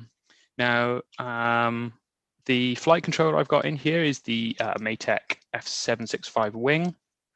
So the reason I chose that was basically it's the low-cost controller that has these features. So these features are what was kind of critical to be able to set this, or the things that I needed basically. So the script is quite beefy now, and so it does really need a F7H7 processor on it. To be able to use 2 of the strain gauge amplifiers, they both have the same address. So I've used 2 I2C buses to be able to overcome that problem. There are other ways around that, because you can definitely sort of use a MUX to have them both on one bus, but this is just my approach. And then you need an analog in for your voltage and current coming from the current sensor. Now, I know that there is inbuilt current measurement and voltage measurement on this board, but it's nowhere near the voltage that I was personally interested in. Hence why, you know, I'm not using that here. Then you need 1 UART for being able to use the telemetry, and 9 configurable GPIO pins. So, you know, so that's for our output, for our addressable LEDs, for our sort of read in on the RPM from the hobby wing, that kind of stuff. Now, whilst physically attached to the actual measurement unit, I include these as as part of the control unit, and that's these sort of SparkFun quick scale amplifiers. Now, these are the bits where the driver for talking to these over I2C has been added into Lua, and basically these are the sort of the only components that it really makes sense to use these over anything else if you want to use that Lua script that that I've written, purely because the driver's already there for them. And then just another feature, which is like a software over current protection. So I've got this little demonstration. So using a user scripter param, you can set the maximum current you want to, you do not want to exceed. And then whenever you do exceed that current, it trips and cuts all output to the motor and stops the user from still trying to run anything. And, you know, nice LEDs making it very clear that you've tripped that overcurrent. So that's quite a nice way for doing some protection of your hardware as well. Obviously, I set the current incredibly low with no prop on that motor for you to see. Okay. Any questions on the control unit before I move on? Super. So the measurement unit then, now this was created partly because one of the things I was personally really interested in is being able to measure torque. And from what I found online was typically you're either looking to shell out a lot of money for a thrust cell, like for a thrust stand setup, you know, or you're going to have to kind of make your own, and hence I started making my own. Now the design I landed on was to mechanically decouple torque from thrust. Now I'll talk more about that as we go through. But there are a number of different options, and I've seen people be very successful with not having that mechanical decoupling and just using software to sort of post-process the torque and thrust out from two different load cells. So the actual components in this setup then, so we've got the motor mount, which is just 3D printed. And the whole idea here is we need something that just to easily be able to change motors over. So you can just change this basic adapter for whatever motor you need.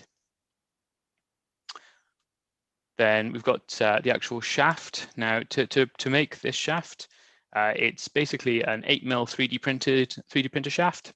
And then I printed some grinding guides with PETG, and then like just using a grinder, like a grinding disc, just took it down to those guides. So, you know, this certainly doesn't need to be precise at all. It's all done by hand, but you know, you get a neat enough output, and it's certainly good enough to very efficiently transmit the loads through this main shaft.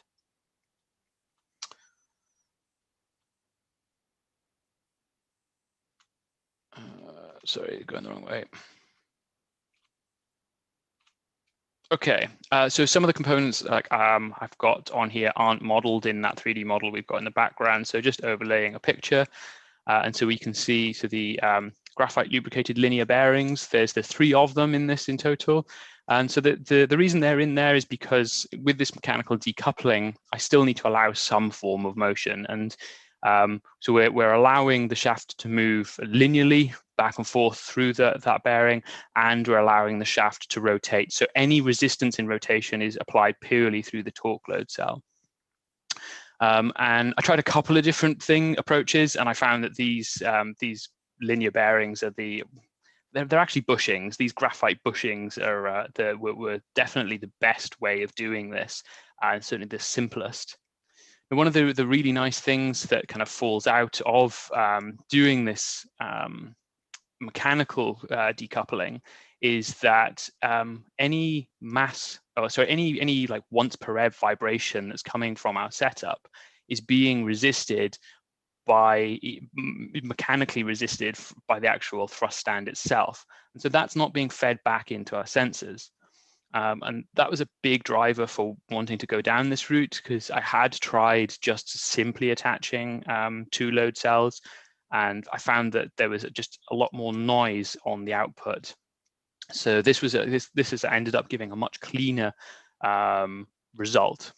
The disadvantage of this approach is that it does represent like having a lot more hysteresis in the system. But I've done some things in post-processing to just check that and overcome any issues that it may arise. So I'll talk a bit about that later. So then we've got some thrust bearings, and then the actual collar which holds the thrust bearing in place. And then this back piece is what I call the thrust cell interface. And that basically is, so we're trying to apply thrust only, but no rotations. And I'll explain more about how that's achieved shortly. Then we've got the thrust load cell itself, the torque load cell, so a point load bearing mount. So one of the things I wanted to make sure is that we're not actually twisting this load cell on its axis at all. So there's a bearing which sits down in here. So there is a point load that's always in the center of that, that load cell. The actual attachment of that load cell into the main shaft, and then a lug, which allows us to put a little arm into the top so that we can apply a known moment to the shaft for calibration. So looking at a cross-section of the thrust cell interface gives you a bit of a better idea of what's going on. So there's a thrust bearing here and a thrust bearing here, which aren't modeled then, but we've got the sort of holders just behind them. And then sat down inside here is another one of those graphite bushings. So what this is doing is the thrust bearings are resisting any lateral motion so that the thrust can be applied to the thrust cell. But those bearings and the graphite bushing allow the shaft to still rotate. So no rotation is applied, and therefore no rotation is resisted by that that thrust cell, by that thrust load cell. All of the rotational resistance is coming from the torque cell. I hope that makes sense. Oh, I labeled this and stepping ahead of myself. So this is something that a few people have asked me about on the Discord sort of thread that I've been talking to people on, and so hopefully this will help cover off a few questions. And there's been a fair bit of interest around how the torque measurement is being done. So we're looking at a cross section of where the actual torque load cell is.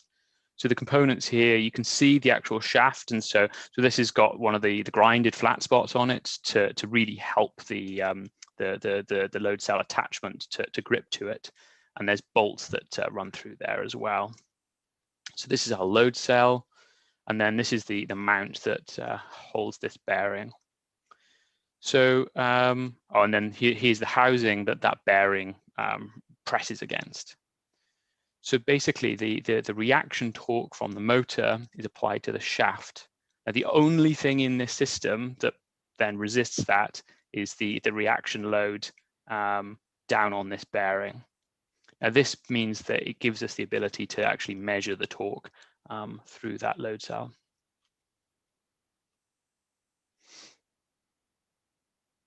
And finally, just a little sort of breakdown of the actual motor mount. So there's again a flat spot, and this is an interference fit, so there's a lot of friction in here as well. Then there's two bolts that run through here through lugs, and then there's actually the bolts to be able to mount into the back of the motor as well. Now my background is in sort of aerospace mechanical engineering, and so I just get really interested by this stuff. So I made some pretty pictures from a simulation that I did of a couple of the different parts, because when doing the stuff with 3D printing, there's always this big question as to, is it going to fly off at me, or there's a safety aspect to it. So I set up this simulation of like an anisotropic material, so that these are printed 100% 3D printed infill. The main reason for that is to make it a little bit easier for me to simulate and get a bit more confidence in that we're not going to be, it's not going to be failing. And so you can kind of see how the load is being applied and where the main stress is appearing on those bolt lugs. This is conservative because I've not actually accounted for the interference fit and the friction on that surface. So anyway, everyone likes pretty pictures. So the actual data output, so the data is being dumped to a CSV file, which can be easily accessed using mavftp. The main reason, well, there's two reasons for the CSV file. One, it was just the easiest way of doing it actually in scripting, and two, it's also the most accessible form of data. So nobody's tied to actually using the post-process that I'm using. You can quite literally just put this in Google Sheets or in Excel and plot the data yourself, and so the barrier to entry there is very low, which is I found appealing. So I've got a list of the data fields that are currently being stored and output, which I've largely talked about already. Just a couple of the points is that the actual RC out. So I'm using ArduCopter as the vehicle. So I'm actually using the mot PWM min and mot PWM max parameters to set the max and min PWM out or throttle bands, basically. And then similarly, because we're using the ESC telemetry, if you're using an ESC with telemetry, then you just need to make sure that the servo BL heli poles is set or configured correctly for your motor to actually get a sensible reading for the ESC RPM. And something which I've never even really looked at before, but it's really useful for the thrust stand, is actually the ESC temperature. It's not the most high fidelity output, but honestly, this was great because I've been close to melting some ESCs, and so it's really nice to have that temperature output. So another function that we could add potentially is a temperature protection, much like the current protection works as well. So this is showing some of the actual data that we're getting out, and it's quite nice to contrast between the two throttle modes. So I previously mentioned a bit about this. So we've got our nice sort of gentle throttle ramp. Now, what this does is just gently increases the throttle and then holds 10 increments all the way up to max, and then steps all the way back down. So you can loosely see in the thrust, there are actually two traces. There's the run up and run down. Now we're doing that to be able to attempt to capture any hysteresis in the system. And I hope you'll agree that there is very little in this system. So when I started seeing some of this data coming out, I was very pleased. This is for mainly, what's our max thrust, and how we, what's our, we can use this data then for our thrust expo parameter for linearizing our output ready for ArduPilot. So then a little bit more niche, but very interesting, I thought was, so this transient mode. So the way that the transient mode currently works is it reuses the hover throttle parameter. So you set whatever value your vehicle is going to hover at based on using your ramp. So once you've set that value, it'll slowly ramp the throttle to hover, and then it will start applying a step inputs based on a table that's in Lua either side of that hover throttle. And so where I was interested in this is for looking at speed of response of some different motor propeller configurations. But one of the really nice things is I heard Leonard talk a lot in the past about the difference between the speed of response of torque versus thrust, and you can categorically see it now. Torque, as soon as the change is applied, we get this humongous spike, and we don't actually manage to capture the peak of torque.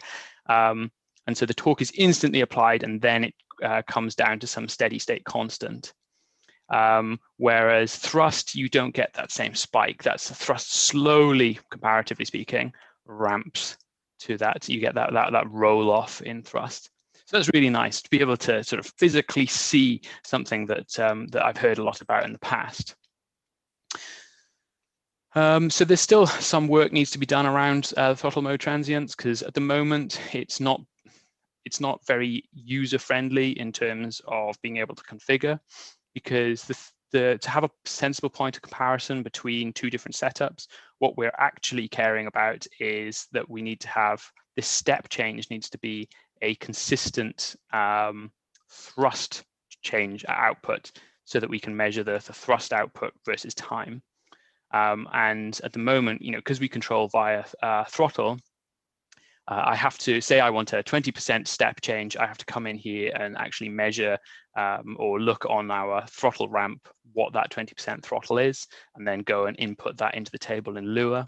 So I need to do a little bit of work just to try and make that a little bit more front end accessible through some parameters perhaps, to make that easier to set up. Okay, and then the post processor. So I've started putting together a post processor, and big asterisk, this is really clunky at the moment, so I need to do some work to tidy this up. But it's Python based and using Tkinter for the GUI. Then it's very useful for, you can just output and plot the raw data. It has automatic run detection in it. So if you've done multiple ramp ups and ramp downs in one log, you can actually separate those out so that you can look at those individual runs separately. It's not shown here, but there is support for taking data from other thrust stands. So there are other automatic thrust stands that they output in CSV formats. So you can take that CSV format and you can convert them to what this process is looking to see. Then we've got a number of filters. So sometimes the data can be very messy. So this is just a way of trying to clean that data up. Then we've got some automatic expo fitting. Again, this needs a little bit of refinement, a little bit of work, but it works in the exact same way that the Google Sheets works. And again, having that CSV file, you can just drag and drop the data from the CSV file into the Google Sheets that we have on the wiki, and it just works. And then I've also got coax grouping as well. So this is a crude, but it does work, way of looking at coax data from this thrust stand. So you can see we've got the actual sort of measurement unit here, and then we've got this sort of dummy holder for the other second motor. And what we do is we run the motors in one rotation so that we've got thrust going in one direction. So it's hard to tell from the image, but let's say, for argument's sake, this is currently the bottom motor. So the thrust generated will be going in this direction. So this will be the top motor, that'll be the bottom motor. And then we flip the motor rotations and the propellers, and then we can then measure this as the top motor and this is the bottom. And for these motors that were on test here, here's some of the data that came out. So you can see you've got the top motor and then you've got the bottom. And what the coax grouping allows you to do is basically add the two together. So you can see there's been some interpolation and some filtering just to bring that data. It's quite minor, but it gives you the total output, which then allows you to use to apply your thrust linearization to a coax grouping. Is this method perfect? No, but it's pretty good. And one of the cool things that kind of I noticed coming out of this, and I haven't actually got a graph to show this, but in this coax setup, the top motor, the thrust profile is essentially the same as if the motor was on its own. It's largely unaffected by the bottom motor. Now that's probably something to do with, or probably more related to this specific setup more than anything, because the disk loading on these props is very high. The exit velocity from these propellers is very high. But basically all of the inefficiencies and all of the losses in this coax setup are all coming from the bottom motor. And with this kind of setup, the high sort of throttle region, we're getting significant losses. So I'd need to look at more data, more motor setups, but this is starting to indicate that there may be a genuine how can I say, case to start doing per motor throttle expo, so that we can do per motor handling in coax setups, so that we can try and achieve something with that's a little bit more efficient, but we're still having the redundancy that some of these coax setups tend to afford us. So future work then, I'm currently working through a bug in the Lua script whereby every now and then the thrust data sort of just stops working. Now it's something to do with the I2C bus and the it's not like a setup with the amplifier or anything like that. It's definitely a firmware issue. So I'm just trying to kind of work through that at the moment before this kind of gets pushed in. So then I want to tidy up the post processor because it's a bit of a mess at the moment, and then that code can be released and everybody can just modify it as they please or add things or that sort of stuff. Then eventually I want to go to a larger measurement unit. The thrust capacity on this, I've taken this measurement unit up to 10 kilos, but it's a bit small for that, and it all gets a bit terrifying as well. So I'm going to make a bigger one, but without being quite as constrained on the price. So it is larger. And then what I want to add into that larger one is the ability to do dynamic mass balancing of props and motors for that larger unit as well. And that brings me to the end of the talk. So thank you for listening and welcome any questions. Fantastic. Thanks, Matt. Just a quick note about that Google Sheet. I wouldn't completely trust that sheet. That was done by me originally. It was based upon a MATLAB script from Leonard. And then I sort of translated MATLAB. And given I'm not actually a MATLAB programmer in the first place, that was one source of dodginess. Plus, there was a little bit of confusion regarding the spin min and the definitions of where things happen at the low end. And so Leonard and I went backwards and forwards several times, and I don't think we got to a final resolution on having the definitive Google Sheet that's definitely the one you should use. So I'm not offering you a solution here. I'm just pointing out that I wouldn't take it as gospel. No, that's entirely fair. And when I say that it works, the extra fitting that I've done works in the same way, I mean in that it still handles the voltage scaling. It's still, but it's essentially automatic, and so you kind of hit a button and it just configures all of the values to what it try to optimizes the curve. It does a best fit basically. I think we need some reference data sets, and those reference data sets need to be probably gone over manually by Leonard to get what the reference expo out of that data set should be, and then ensure that our tools like the sheet and your tool produce something close to that manually calculated, because Leonard does a whole lot of little tweaks and things when he looks at a set of data. I'm sorry for talking out of turn, Leonard. I know it's your baby, but I think a reference data set with the correct answer would be a great way of us ensuring that we consistently produce something that the end users will get some value out of. Okay. Yeah, it's a little bit tricky too in that like the voltage scaling is one of the most important things, but part of it's there's some approximations in the code. The knowing what your spin min, spin max is actually going to be, not just your minimum maximum PWM, changes that expo because it narrows the range, especially the spin min. The higher that is, the lower the expo, because you're working.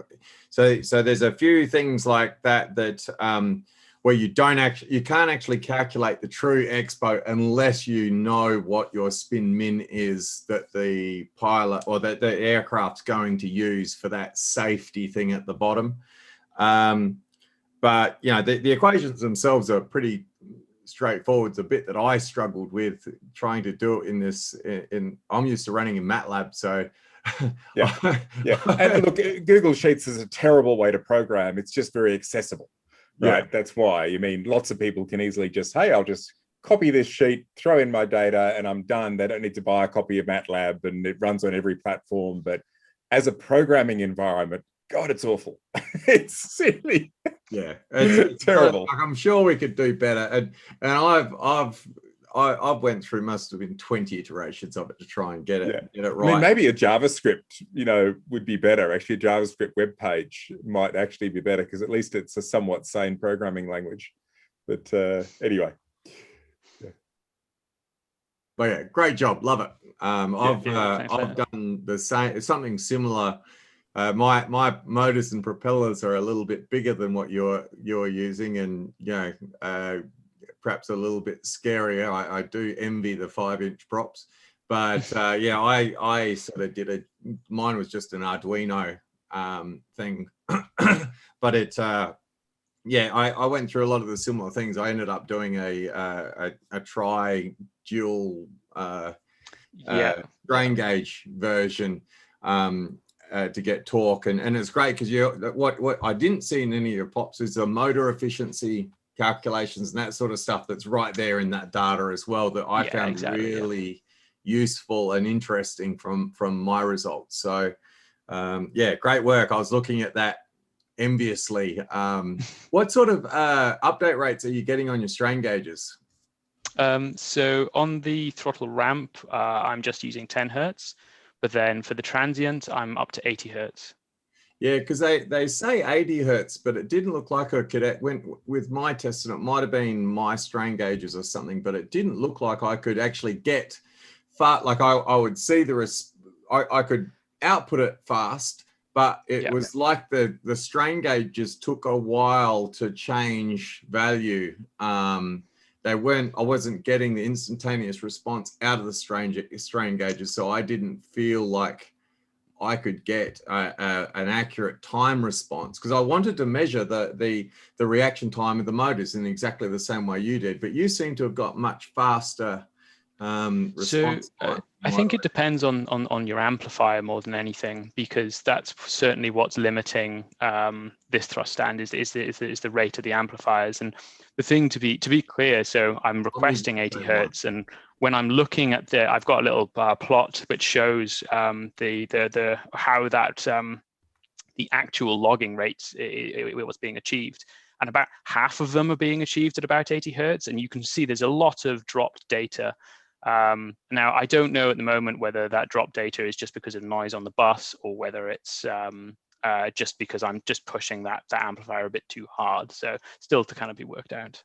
Yeah, for me, it wasn't the amplifier, because I'm using exactly the same amplifier you are. For me, it just seemed to be the actual the response of the strain gauges was slow, and it might have, I don't know why that would be, but yeah, I just was wondering if you'd seen anything like that yourself. Like when I look at these things, I'm probably doing something wrong or something silly somewhere, but I've never noticed that, but I mean, I'll certainly look for it. I never considered it purely because I know that people have used strain gauges for measuring, quite high frequency vibration. And so I am surprised by that, but like, it's definitely something I need to look well, that's why I was surprised too, because when I saw your data, it looked like you got really nice fast responses on your torque and that sort of thing that I didn't. So so I don't know what I'm doing there.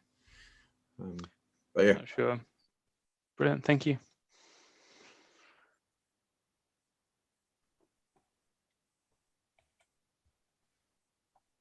All right, well, thank you very much, Matt. That was absolutely brilliant. Love the project, and really appreciate you coming and presenting at the Dev conference this evening. So I will just switch over the recording before we start. Right. Okay, so I've got recording going for the next session. So the next session is our dev team planning session, and this one is always a bit ad hoc. And actually wanted to start it off a little bit of an administrative announcement. I announced during Marco's talk earlier that Marco had been voted in by the dev team as a new dev team member. And in fact, there's one other person here this evening who's just been voted in as a new dev team member, and that is Michelle. So Michelle, congratulations. You were voted in as a dev team member and the maintainer of Blimp. So congratulations. Thank you. So, the planning session, as I mentioned, it's sort of a bit ad hoc each year, and I put out a link earlier to we used a Google sheet last time, and we all just sort of went in and hacked it simultaneously, and I'll put a copy of that now into the chat in case anyone wanted to reference it. And that's it there. And for the people on the YouTube live stream, my apologies. I know it's going to be very difficult to click on that, but you can squint at it and try and type it all in, I guess, or I'll go and shove it on the other chat in case anyone wants to. But you can screen share maybe too. Yeah, that's on the chat there. So So that's what we did last time, but there was also a suggestion earlier, a little bit of side discussion about whether we should be doing it on GitHub. The main advantage of like using a Google Sheet or a Google Doc is that lots of people can edit simultaneously. But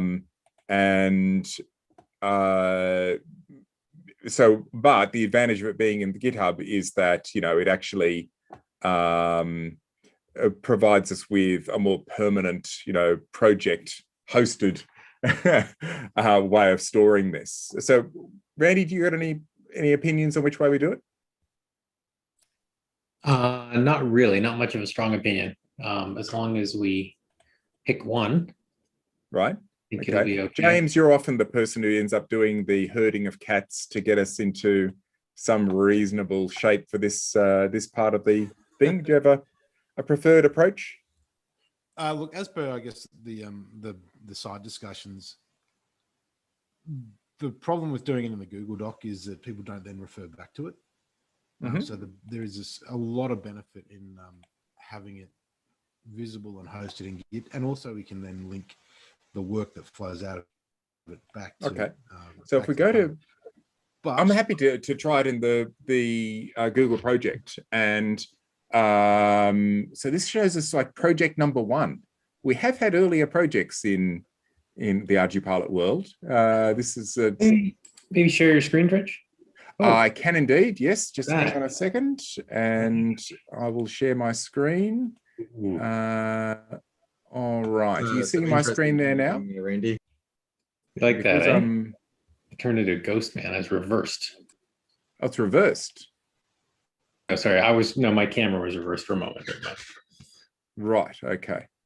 So here we are, ArduPilot projects number 1. Now, who is familiar with this interface? You just sort of throw in a whole lot of to-dos in this column, or I haven't used this interface before. So, sorry, James, you want to do it? No, go, Randy. So I was filling it in earlier, and if you look at it's a bit like our projects, right? You know, for our releases and stuff, when we pile up the, you know, all the commits and stuff. In fact, it's the same interface. So my thought was just that, you know, for each section, like for example, like copter navigation, for example, we'd create a single card, and then we would stick, you know, we'd list up all the issues for that section within a single card. So that's the cards, I guess. Then you can see, so you click on that button to add a card. So you've got like a new category, you push that little plus and add it in there. Yep. I think everything goes into this to-do column. It doesn't need to be though. You know, another idea would be, you know, instead of just sort of split it by time, like, you know, to-do or in progress, we could put the categories at the top here. So, you know, we could have, you know, copter navigation or plane or whatever as a different column. So that would be another way to keep the list of items in a single column, you know, maybe make it more readable. So that might be a good idea. Right. Okay. Now, the other thing we should do is, I think we should briefly look through what we had down from last year and which ones are still pending, and which ones we can sort of cross off from here. Quite a few, there were some duplicates. I noticed that bidirectional D-shot was in there twice. It was put against my name, and luckily Andy went and did that. Thank you, Andy. But there are some items on here that are still very much pending, like the FDCAN. We can support FDCAN devices, but we don't yet run them at high rate. And so that's obviously a major one. So that would go in the to-do. Would that be right? So we'd add Yep. Everyone's still there. So we basically add FDCAN support, 2 forms of FDCAN support, one using v0.9 let's see, message format with 64-byte frames and 5 megabit CAN rate, one using V1 support. So is that a reasonable summary? I guess, I think, you don't need to be too detailed because you can also link in an issue. So if you've already got an issue, you can just link it. So, you can make it like FTCAN improvements or something like that or whatever. Yeah. I mean, we don't actually have that as an issue at the moment. It's just really been Sid and I having a bit of a discussion. We haven't really formalized exactly the approach we're going to take, but that was a rough summary of what Sid and I have discussed.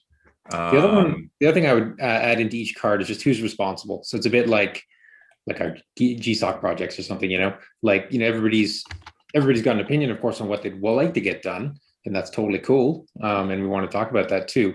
But what's key, I think we're only gonna put things on the project list if the developers actually step forward and says, this is what I'm planning to do for the next year. Right. Okay. And it seems to be done by. Yeah. I'd put it in brackets, maybe. Yeah, exactly. Up the top here. Either way. That seems to be the approach. Yeah, something like that. Yeah. Okay. All right. Well, I might bring some of the other ones across that, a lot of the items, actually, I was pleased to see that this last one, most of the items that have my name against them last year, we've actually done.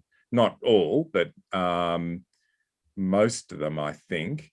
So I think maybe each developer should, maybe use last year's as a reference if that's useful to them.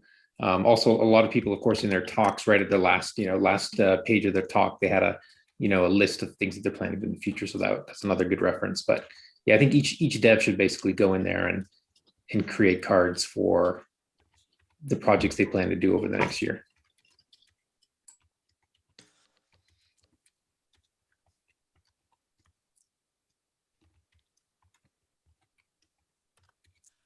May I do a suggestion? Sorry, what was that? May I do a suggestion? Oh, yes, of course. Anyone can make a suggestion. This is a very open okay. meeting. This is a Kanban, yes. Just a single column to-do list. Maybe it goes be too big with something that someone will do for sure, and something is just is a desire without owner. For an example, last year I tried to put in my name in the new website and the translation as well, and I did none of those. Okay, but there are some things that maybe is just a backlog without an owner. And everything inside the same to-do list, maybe the to-do list will be very, very big. I think another. Yeah, sorry, I totally agree. And I also think that you shouldn't feel too much pressure. We put things on the list sort of to give people an idea of what's going to happen over the next year, so that it helps them collaborate. Look for points of collaboration. The point is not really so much to put pressure on that person to get this thing done or that thing done. We all have enough pressure anyway, so that's not the goal. But yeah, so I think put things on there that you'd like to do, but there's no shame or foul if you don't get it done. It's more just to promote collaboration. But I also totally agree though about your point that one column is too much. So I think we should add columns for different sections. Yeah, so last year we had hardware and OS support, we had scripting, we had EKF planes, we had different categories, and they should be columns, I guess, by. I wasn't meaning too many columns like that. I meaning maybe 2 columns splitting what the to-do list is really been doing, or someone already asked it to do or gave it its name, and a backlog list, maybe with something that we desire, but we do not have an owner. For an example, Trich, we spoke some moment last year regarding move some building logs from the Autotest server to the Wix server, maybe. Do you remember? I could not help on that, but maybe it's a column with things that we wish, but we don't have someone to help yet. would be easier for someone new get something to do, because a huge single to-do list maybe it's kind of confused to organize. It's just an idea, It's not idea to have so many columns, just a suggestion. Yeah.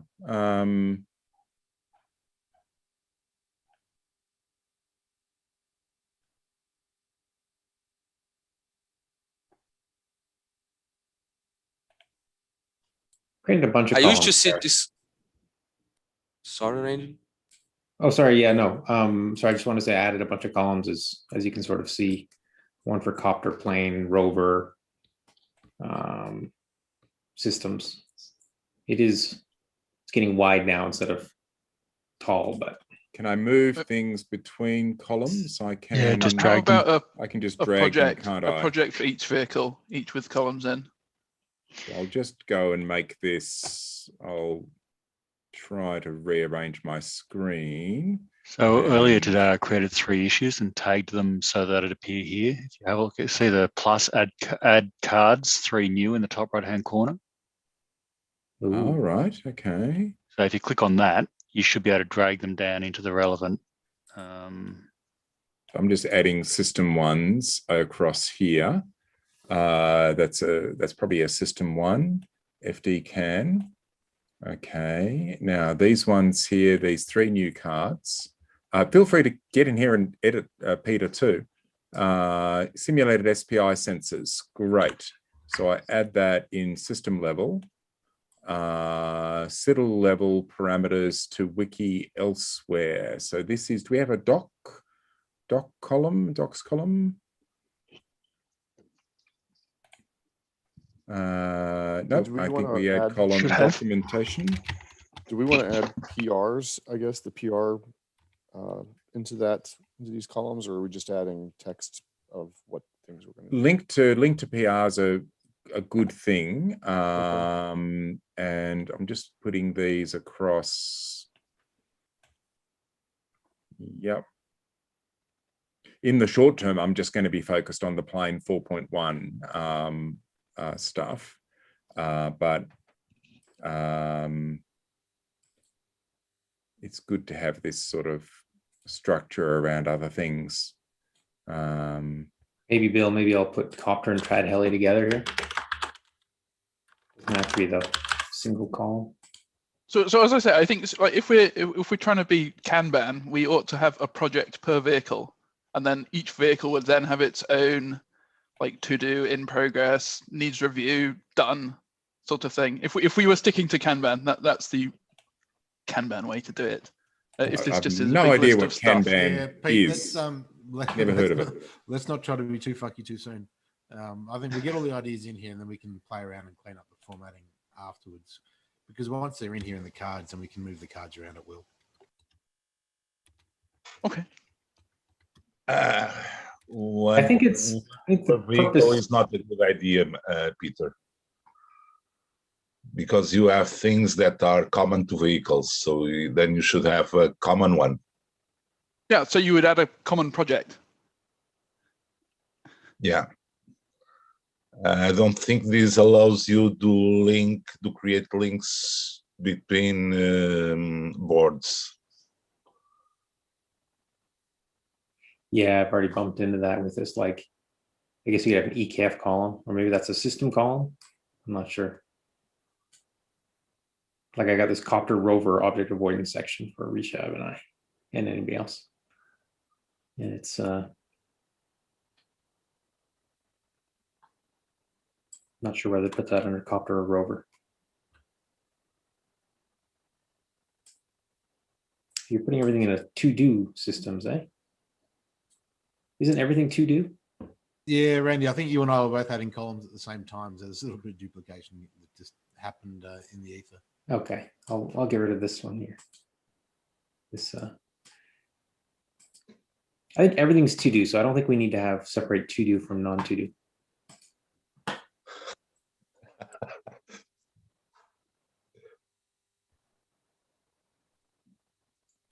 Right, I'm just having a look now at the other stuff off the previous roadmap.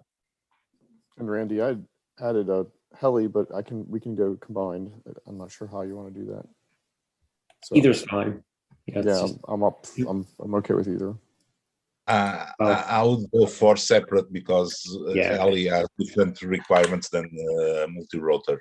Yeah, cool. I got rid of the copter. Sorry, I got rid of the heli from the copter column. Okay, great. Yeah, I already added a heli in there.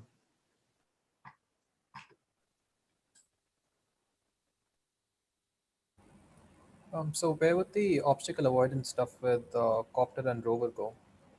Hey, Rishabh. So I've got this one section. Oops, of course you can't see my cursor, but you see how even on Tridge's screen there, just below projects, there's the copter column, and I've just got one card there for copter rover object avoidance. Right. And I've just got one item in there. So if you want to. Okay, so I just add a number 2 there and go on. Yeah, makes sense. Randy, this object avoidance should go to systems because it is common between vehicles. Yeah, I was wondering what to do there. It's mostly. I don't think it's bad under. I think the development is likely to happen within Copter, and then the rest of us just going to benefit from it. So I think it's going to be a Copter-oriented development, even if it is available in others. Yeah, that's where like 80% of the work is. Yeah, it's like S-curves is plain and Copter in principle, but in practice it's Copter. Yeah, those are going to systems, not specific to vehicle.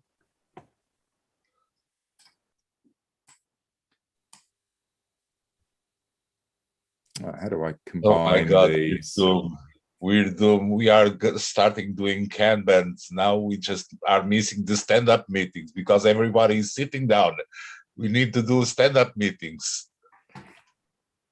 That looked like maybe he was standing up during his presentation. Is that a standing guest you got there, Matt? Yeah. Cool. I had to just go and look up what a Kanban is. It's a rabbit hole, Rich. It's a Let me know what you big rabbit find. hole. I'm going to stay It's right an here. Atlassian thing. Yeah, I immediately dislike it if it's got Atlassian in it. No. It's a general project management. Well, the first hit on Google is Atlassian, so it must be bad. What don't you like about Atlassian? I'm sorry? Did they kick your dog or something? Oh no! It's just every time I've gone to use the Atlassian tools, I've just found them utterly befuddling. I think it's because there isn't an Emacs mode for it, or so that's probably the problem. I've just never got into the swing of that set of tools. Kanban is actually a Japanese word. It means like a signpost. Oh, okay. So all this stuff comes. It's like it's agile software development, right? It comes from manufacturing originally, and then it was adapted for software development. Yeah.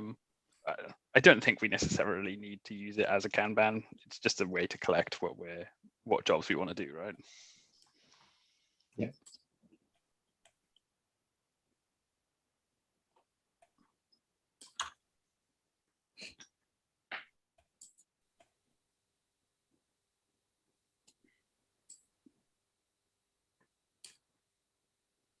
Looks like Leonard's filled in the copter control section. Yeah, and I'm trying to reorganize the stuff now so I can actually start preparing some PRs now. Everything else is done.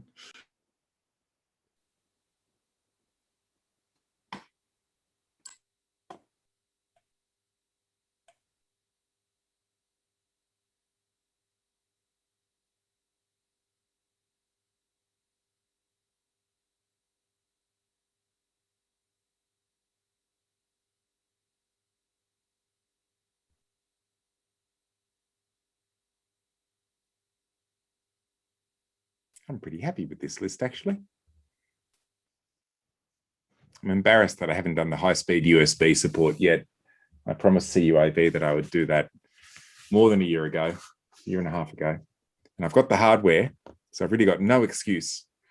But yeah, just got to get in there and implement it. wonder if you should move Andy Piper's generic ESC not support maybe over into systems. Should we add a big one of an ArduPilot ESC? Ooh, that sounds good.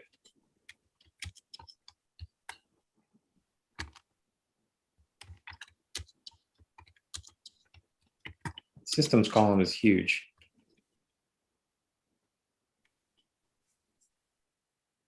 We should also consider some of these to be tagged as good first issue, because while they're important to us, they might be a sort of thing that a new user could do. So you're breaking up a little bit there, Peter. I couldn't hear that very clearly. Peter, we're trying to put things in that the developers have committed to doing. So the issues list of new issues is already. By the way, Tridge, did you we've moved across to EKF3 for plane on master, or are we still on EKF? Yeah. No, we are. All vehicles default to EKF3. All vehicles are moved across. Master. So if there are any features that are needed that they're obviously not ones covered by auto test, but there may be still some niche EKF2 features which are or behaviors is probably a better description that will catch us out when. Yeah, people have been flying it actually because it's been the default for small fixed wing aircraft for ages, because all the 1 meg boards switched to EK3 only, like a long time ago. And so people have been flying it for ages. There have been issues. I mean, about some of the issues that Henry's hit and others. And the overwhelming feature we need is robustness and confidence in it, in all the weird environments that people have, when they've got rotten compasses and bad GPSs and, or the other way around, all those issues we've had with RTK and the variances collapsing, those sort of things. And I think you've been chasing those down really well. Yeah, I've been chasing them down. So I think that one, we're so close to being able to turn off EKF2. I mean, that's right. It would be, we'll probably leave it there for quite a while on the 2 meg boards, but we'll have it in reserve to basically, there's another 100K of flash, when we finally decide to pull the plug. But there's... Well, we can't really remove that until we get another estimator in. So, Paul, EKF4? Yeah. We want another estimator. Oh, crikey. We might end up with an EQF coming in. Well, that'd be really nice to do that. I'm going to have to ping Rob. Well, they've got a student working on that, of integrating that into ArduPilot this year, Angela, working with Peter. And I've been helping her with using replay logs to feed the EQF. But it's a longer term project because they're not initially trying to do all of the little edge cases. The different sensor timings and things, for example, they're just ignoring to start with. And obviously that has, you've got to take into account the delayed fusion. But it's going to be really interesting to see how that develops. Randy, just a comment on that object avoidance card that you added.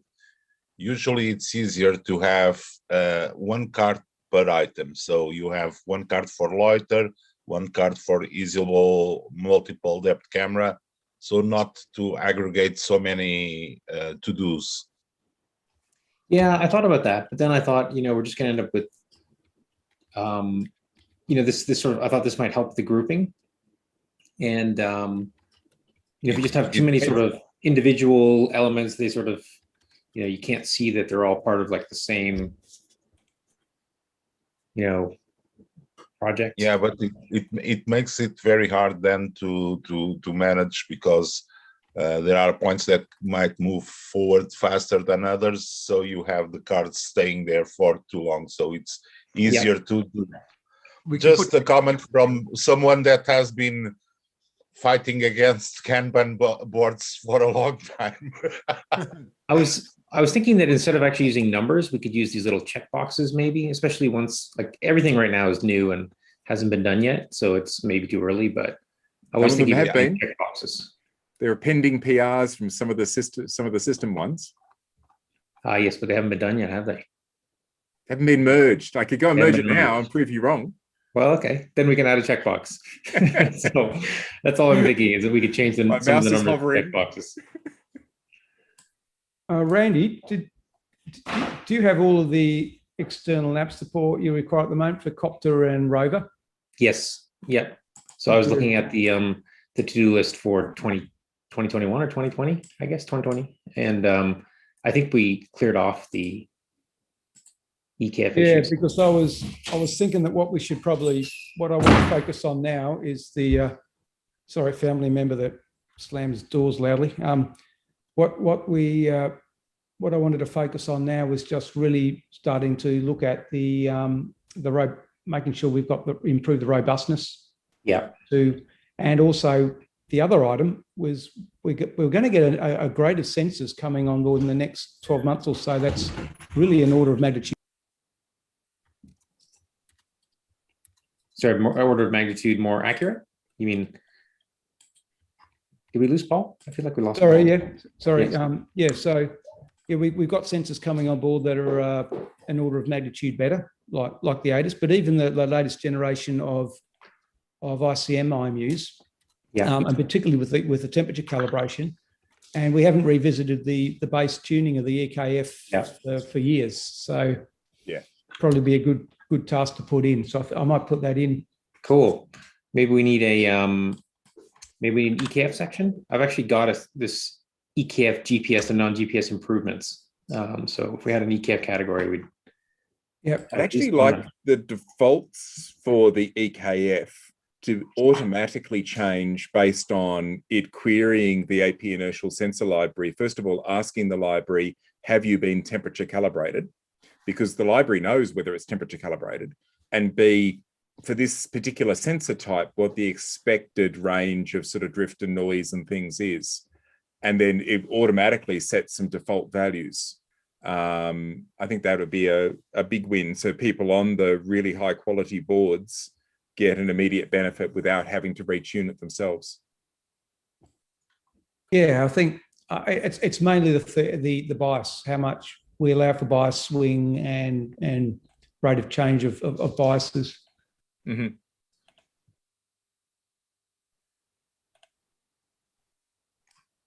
So should I add another section just for EKF? I've added an EKF column here. Maybe we could do it like this. Sorry, just move systems to the front there. I don't know. It's the biggest one.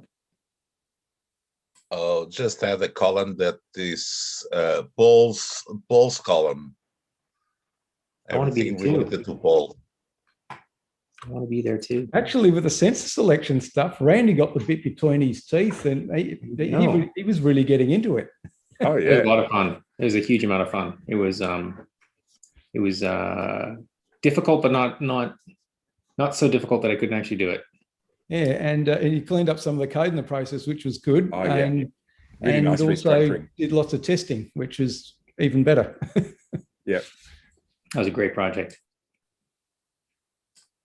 Yeah. Michelle, do you need a blimp column?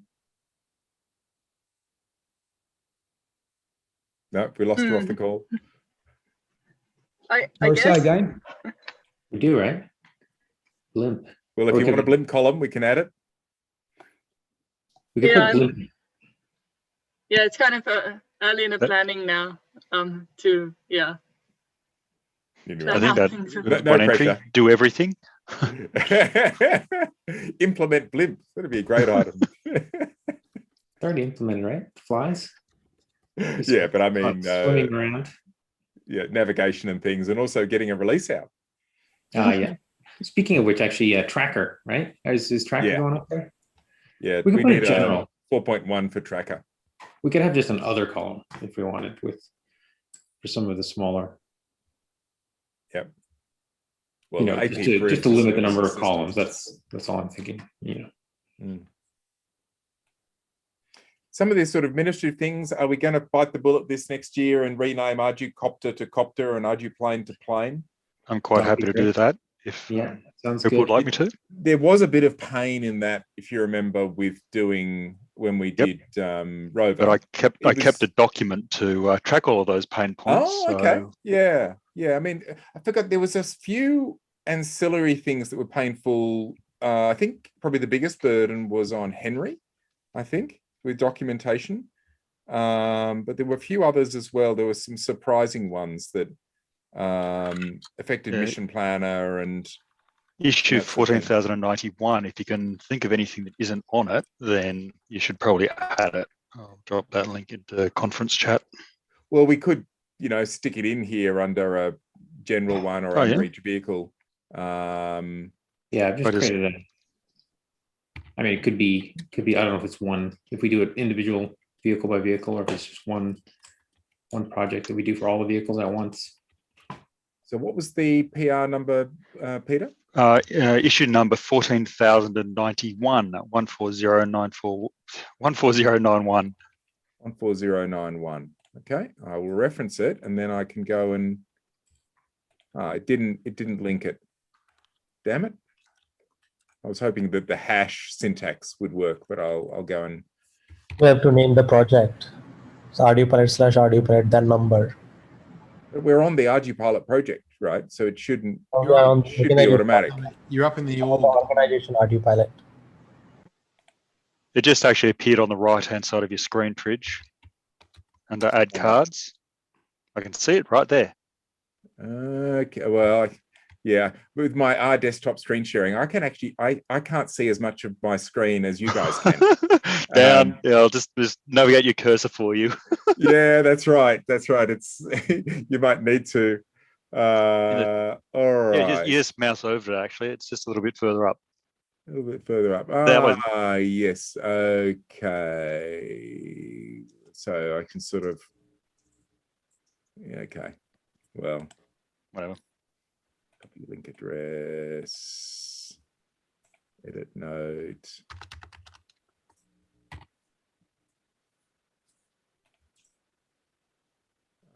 So I can move this one back to where? System level. Just delete it. I guess. Just delete it, I guess.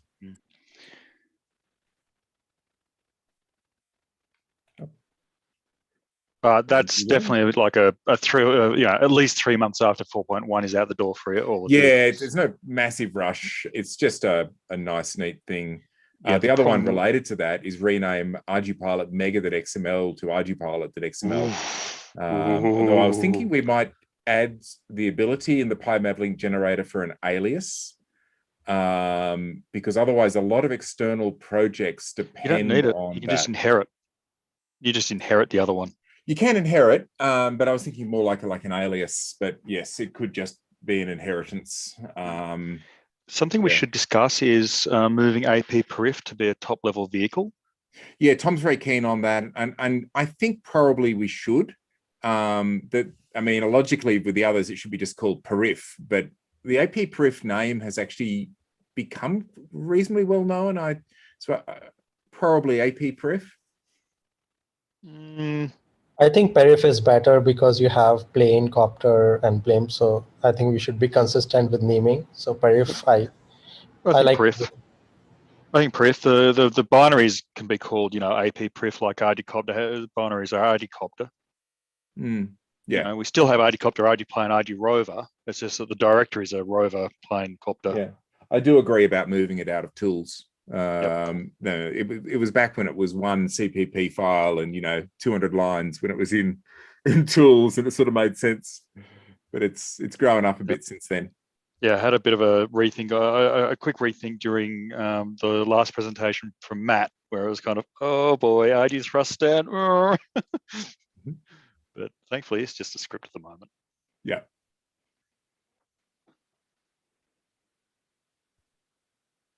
Now we don't have Michael Dubois here, so can I propose rewriting the code generator, the compiler for the Lua generator in Python out of C?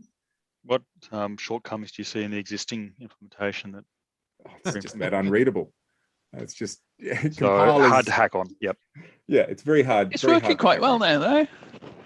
Yeah, it needs fixing then. But it's The string handling in C leaves something to be desired. I think it's getting quite clever. And speaking of Peter Hall here, I don't see you much up on the Kanban. Yeah, I mean, I was going to do some stuff last year, and then I did completely different stuff. So I was wondering if that might be it, because I know you got your hands all over the code. Yeah. Here and there, and you may not know what you're going to do. A submit thesis item in here, Peter, if you like. It'd have to be its own project, I think. Question is, who gets assigned to that one? There was a lot of self-restraint there, Peter. I completely understand. Well, you all need to stop doing such interesting things, and then I can concentrate on my thesis.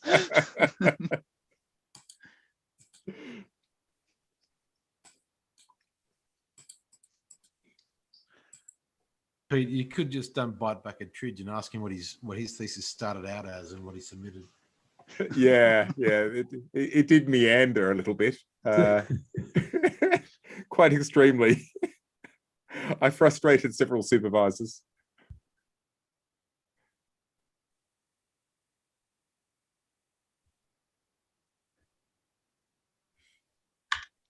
Right, this is actually looking pretty good. Now there's a whole bunch of thing in search results here. Are there others that are pending here? New activity. So am I thinking right that these cards are kind of just very minimalistic thingies? Like they're not an issue, so they can't have an owner or anything like that. Whereas I can see these other thingies here. They should have an owner. I think every item should have an owner. Yeah, but I'm just looking at the ArduCopter renamed to just Copter. It says added by Armacon 9, but nothing more. Yep, you're right. Oh, I know. Under plane, what I think I've got to add, Henry would want me to add, improve tuning. You can convert it for you can convert a card for an issue, and you can use an issue as a card. How does one go? Yeah, I was going to go through that rather than confuse people now. Convert to issue. There it is. Right. Good. Who should be the board master? I was starting to think, Paul, about the auto tuning technique that we've found has been working quite well for the fixed wing, whether we could apply it to the tail sitters. I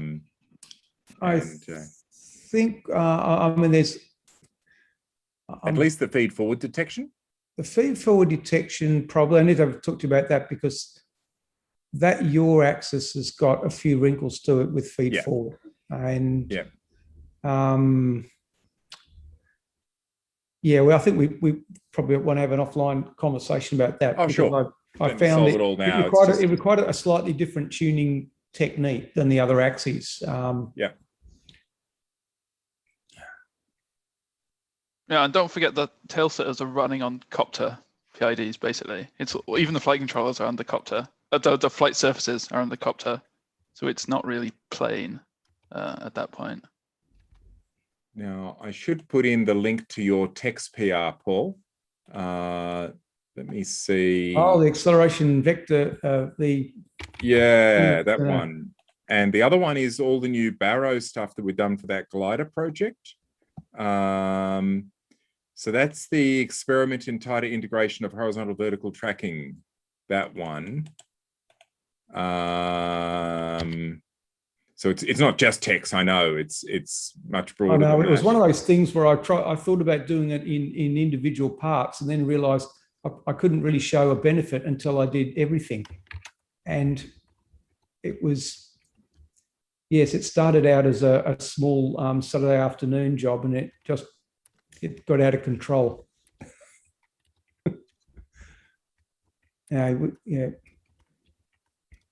Yeah, so this new Barrow system for high altitude, this is for flying at like 80, 100,000 feet, and it's actually already implemented. We just need to PR it and get it through.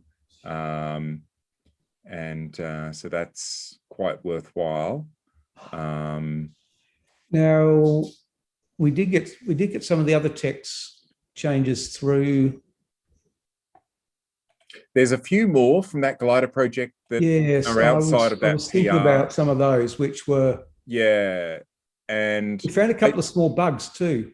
Yes. I think you should probably have a chat to Samuel at some time about the gliders, because it sounds like he's doing some work in there with integrating some of the data products from Tex with his glider work, and the bug fixes that you've found for gliders in Tex could be quite relevant to what he's doing.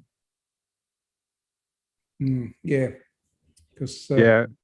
Hi, Andrew. I'm actually on the call. Hi, Samuel. Yeah. Hi. Yeah, that would actually be really interesting. Because there's a few, as you said, there's a few Tex kind of couplings that we're introducing. But also actually for our project, we have a bunch of Tex tweaks and enhancements for our application. It'd be interesting to see if they are general enough to make it back into upstream. Yeah, I can send you a link to the branch. The branch we've done all this stuff on is public. It's just not PR'd yet, and it includes some stuff for high altitude flight that might be relevant to what you guys are doing too. And the other thing, Samuel, is that the PR where I've got the tighter integration of that horizontal and vertical tracking loops, that actually also rewrites the pitch control loop for Tex, rearranges the block diagram to move the integrated down the cascade one level, so that we don't have we don't end up with problems with overshoots, when the same problems with overshoots when capturing height changes. So there's been a bit of a change there, but I'm not quite sure how that's going to work with a glider. So interesting. Yeah, so we're actually in the process at KH Aerospace of kind of switching from our flight branch, which is based on master from I think almost 2 years ago now, to the more to basically 4.1. So as part of that, we need to evaluate the impact of any changes like that. So yeah, definitely good to work together on figuring that out. Yeah, your GMT time zone. Yeah, GMT +1 right now, but yeah, UK time. And you might have to send Paul and me one of your aircraft each. I think it's going to be absolutely essential. Let's try. Because you don't have enough. I'll do my best. Do you? Yeah, I'll see if I can get that one through. I'll try my best. Let's put it on petty cash. But the required number of airplanes is N+1, and we all know what N is. Indeed. Yes, I was taught early on, and he who dies with the most toys wins. Speaking of height control with the Tex, I'm not sure if this is already a work in progress or if there's a PR for this already, but it'd be interesting to see if there's a way of having the Tex with more of a look ahead capability in terms of knowing upcoming changes in demanded climb rates or demanded altitude. Yes. Because I think right now the Tex only knows basically the current demanded height, which obviously it can't directly control. It doesn't know, I believe, the current target climb rate and how that's going to change. I actually do have in that branch, in that PR 15441, there are some changes there to add the capability on the interface to go to a tight tracking mode where you also demand the vertical rate as well. So to try and do that, rather than having Tex sort of differentiating to get the rate and then filtering it, and you end up with quite a bit of lag. Right, because that's one. Yeah, because landing is one place where that causes some problems because as you say, there's lag involved, and I think in the landing code, the Tex actually tries to project ahead to cancel out that lag. Yeah. But that then leads to some strange effects, especially when the flare point occurs, because again, the Tex doesn't really have an idea of how the demanded height is going to change after that event. So there's some kind of discontinuities, which again, we've kind of dealt with in slightly ad hoc ways. And having that look ahead capability might be a nice way to deal with that in a more unified fashion. Yeah, I mean, unfortunately, it's only looking ahead in the sense that it's taken the current velocity, the climb rate and the height, it's not smart enough to know that you're about to level out. Right, yeah, and that would kind of require all the sort of mission height handling to be sort of refactored so that you could actually ask, what is the demanded height going to be in, 5 or 10 or 15 seconds? Yes. Well, you could almost have the leash, the concept of that leash that pulls it around, but we do it horizontally with the L1. You could do the same thing vertically in theory. Yeah, and previous projects I've worked on have actually had both of those concepts combined, so that there is only one leash and it's a 3-dimensional leash. Yes, that's so it combines those two concepts. Yeah, that's what I've done with projects that have needed to do very, very tight trajectory tracking. So, and it works extremely well. If you combine that along with an acceleration, a G-demand ArduPilot, you can get exceptional tracking, sort of half-meter RMS errors relative to your estimate. Yeah, it'd be great to get to that point. And I think, it's not a fundamental shift. It's just sort of, refactoring a lot of the logic we have currently to be able to pull out a bit more information and a bit more kind of foresight into some of those controllers.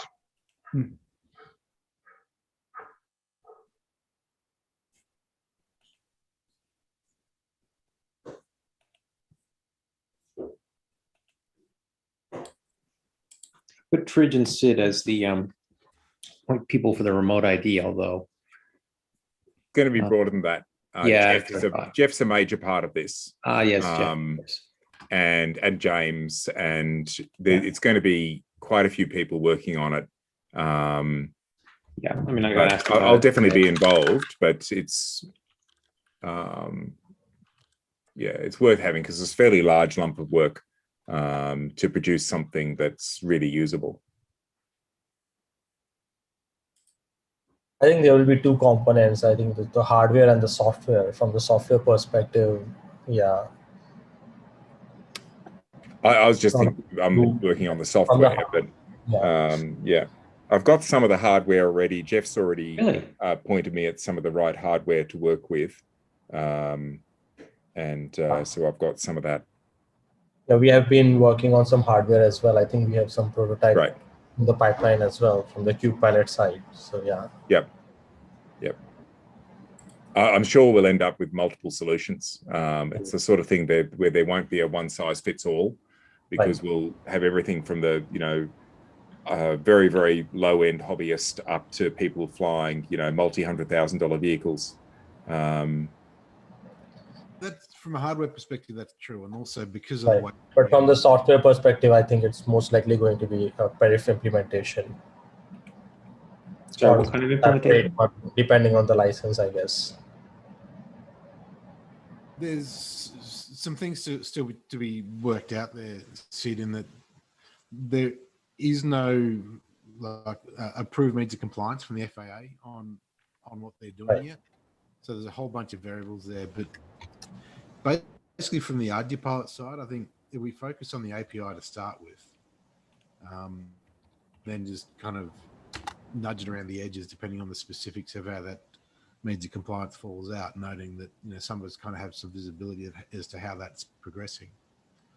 I think we can be very, very general in the ArduPilot side, and the device itself will be what has to go through that means of compliance, not ArduPilot.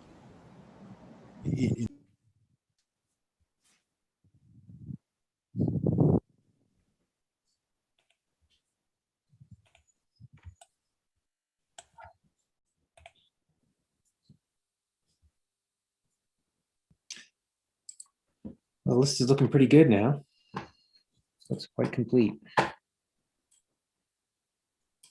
Although someone deleted the simulations column. I did. Sorry. It was empty, so I just figured, well. Yeah, I was just about to move because Tridge actually has simulation stuff there that I was about to pull across. I was going to where'd the column go? Sorry. I'll put it back. Actually, I didn't actually delete it. I renamed it. Stole it for another purpose. Okay, here we go. Sorry. Back here. I'm hoping someone's going to write Hittle in there. Oh yes, please do put Hittle in there. It's really quite easy now. It's probably like a weekend to get HITL working quite nicely again. Well, maybe a bit longer. There's a bit of stuff breaking out the simulators. We basically need a firmware build target for the HITL executable that just is basically sim aircraft with a shim around it. And I've already discussed that a bit with Peter. And so that's the main thing, so to break that out so it can run standalone without having a vehicle inside it.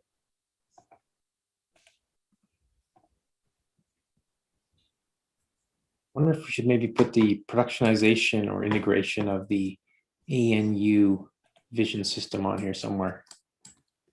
Yep. Should I put that under EKF or Copter? I'm not sure. Maybe EKF more than anything else. It's almost not a software development job. It's more of a documentation job. But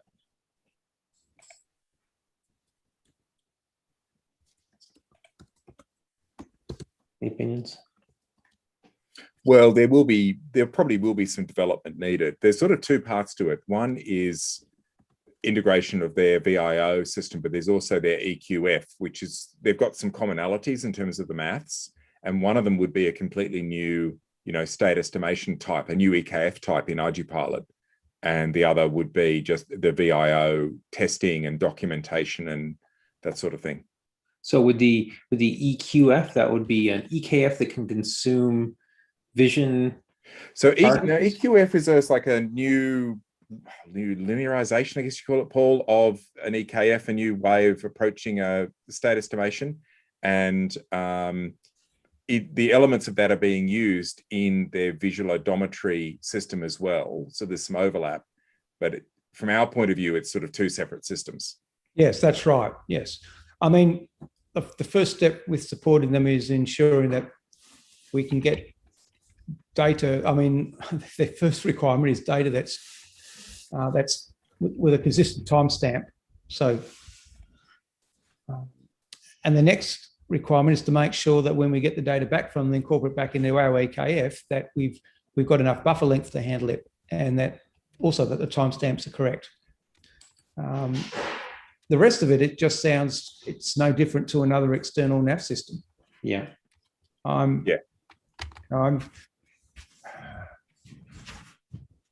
should we put it? Should we put it into the EKF, or should we make a new other column, or docs wiki? I think EKF should be renamed as maybe nav system or something like that. EKF and Charles. Right. EKF and what? Estimation?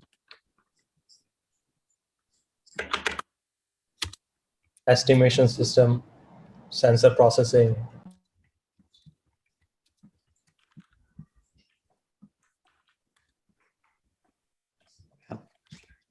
Has anyone asked about raising the loop rate? Nobody yet. Not on the list. Wayne? So yeah, last time I investigated that, the main bottleneck on that was moving Mavlink processing to its own thread. And so that's something that Peter and I actually had a PR to do that like 18 months, 2 years ago, which is bit rotted.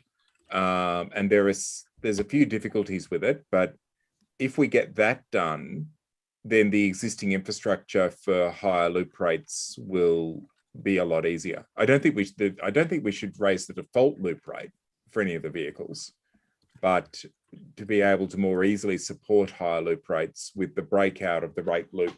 So there's sort of two parts. There's the breakout of the rate loop, and there's the Mavlink separation. Yeah, well, I think that'd be awesome to be able to do those on a separate thread. I've seen some of the effects we get with the current situation. Yeah. I'm just wondering if we'll be playing whack-a-mole where we then discover that, SRTL has to move. Oh, that's already on its own thread. But, we'll find something else, which is, yes. Stuff in the main loop every now and then. Yes. And you're absolutely right. It was surprisingly easy to do that little prototype PR that moved over to your own thread, but dealing with all of the little subtleties could take quite a bit of time. So I wouldn't place it as a high priority right now for me. But yeah, I know that some people would really like to be able to, regularly run, say, 4 kilohertz loop rates. Something we need to make sure we get done here, I think, is that build server. Now, there is a GSOC project for it, but we have to make sure that goes through to completion. Yeah, so this I'm pretty confident that will go well, particularly now GSOC is actually, we originally thought it might be just 1 month. It's actually like 2.5 months of development, which is much more reasonable time period. And so I'm planning on working closely with the student on that project. And Andy's going to be involved a fair bit as well. So yeah, I'm pretty confident that will happen. But there'll be a whole bunch of stuff within our structure, like our parameter markup, to make more features optional and to add the markup into our code so that this tool knows about the optional feature. And that's not the core tool. That's on all the rest of the team to sort of mark things up as this is an optional feature. Like, for example, I've got to do some work to make quad plane optional in plane. And there's a bunch of restructuring in plane needed to make that possible. And then the markup in the code to say, this is how you turn it on, this is how you turn it off. Because if I just add that one, that will immediately get the 1 meg boards with a whole lot of other features if they're not VTOL. Because they'll gain a lot of space when you cut out quad plane. And if you've got a VTOL, you really should have a decent board in there. Yeah, some people do run the really low end boards with VTOL, but not as many. And they'll just have to cut something else out. I mean, something has to make room, but it gives a lot more flexibility. Is this something that should be done ahead of time before the GSOC project? Not necessarily. The GSOC project only needs 2 or 3 things that are selectable, right? As long as it's a list and as long as it's parsing it as like a list of JSON things, then the existing ones that are already selectable is plenty for the project. So I don't think we need to complicate matters. Which selectable ones are you thinking of? The HAL food? Well, HAL minimize features is an obvious one, right, but then the turning on and off, like NMEA, turning on and off EK2, EK3 is a fairly obvious one. Turning on and off optimization, like O2. But we want to be pulling these out of metadata rather than exactly. lists, we should be. The initial plan that I've discussed with the student who's applied is that we will manually create that metadata for the first time, right? Cool. Manually create that JSON file so that it doesn't block the project. And then it's a separate project which the student may well end up doing, right? But it's basically to take a bit like our parameter parser and generate the metadata. But that's a completely separable project, and so it shouldn't block the main project. And we should look forward to the day where we can kill HAL minimize features in its entirety. Indeed. Awesome. Well, I've just had a look at that today. There's actually very few boards that still have it.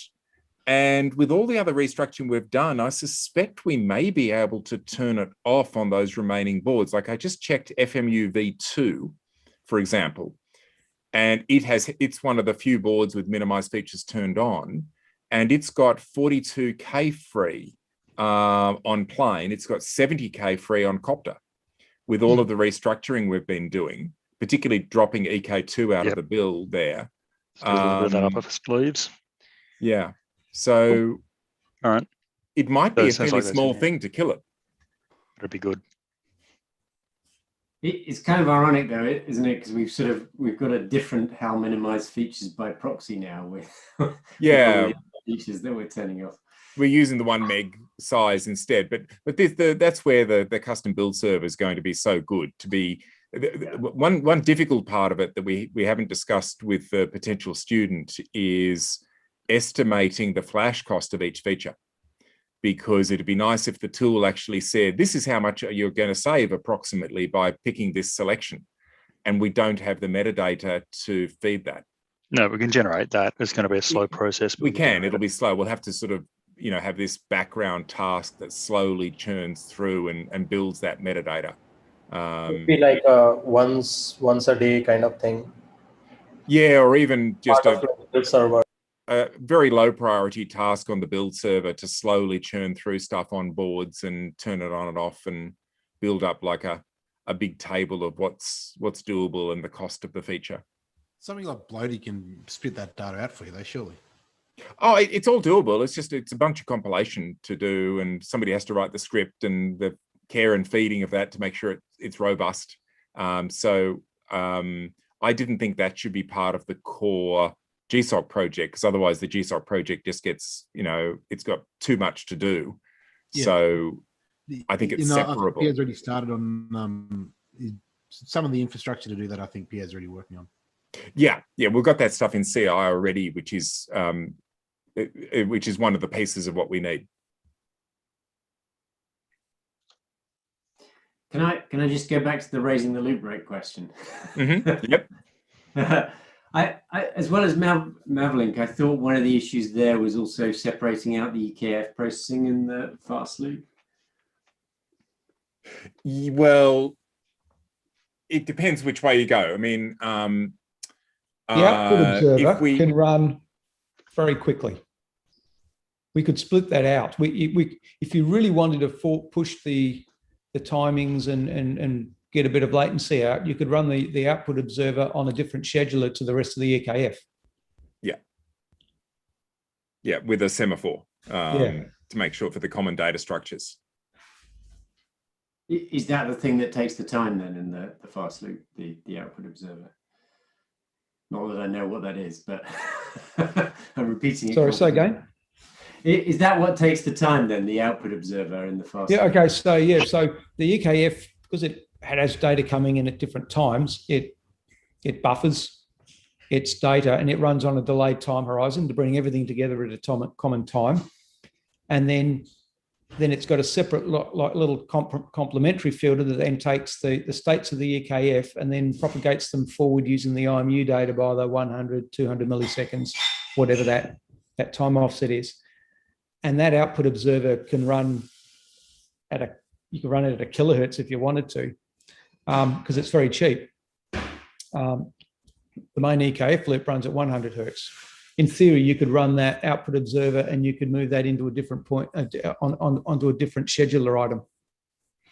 The other approach is to not run it at all and just use the bias corrected gyro data in the rate loops. I thought you were talking about the attitude loops. The rate loops. It depends. That's the big question. Do you want attitude? If you want attitude, you've got to run, some sort of, like the output observer. But if you just want the rates, and if Copter can get away with just having the rates, then potentially we can run none of the EKF and at that very high rate, and just get the most recent bias corrections from the EKF, from the last time it ran, and use that. So you're thinking of moving that right up to the top of the scheduler table, just for... Well, no, separate thread. So there's a couple of different ways to do it. One is that the rate loop update is its own thread, right? Yep. And so it basically waits on the IMU, and when it gets, and then it runs just the rate PIDs. That would be the fastest architecture, I think, but there's some, gotchas with it. So anyway, it's something that needs a whole call itself, really. The rule of, in terms of latency, the golden rule is that you synchronize to the primary sensor for your fastest loop, which is rate loops, which means really synchronizing, running those rate loops synchronous to your IMU. Yeah, that's right. What we need to do then, we still need a metronome for the main thread as well. And what we'd end up is like an event architecture where that rate loop thread goes and sends an event every n times. You'll have like a multiplier, and then it'll say, tell the other one to run when it's idle. But we've got to make sure things like Mavlink still get through. We don't end up starving things because situational awareness for the vehicle is quite important. Maybe not so much in racing quads where they just use the OSD, but the OSD does have to update, for example, at some reasonable rate. We can't just starve it of CPU because the rate loop wants to run at 4 kilohertz. Yes.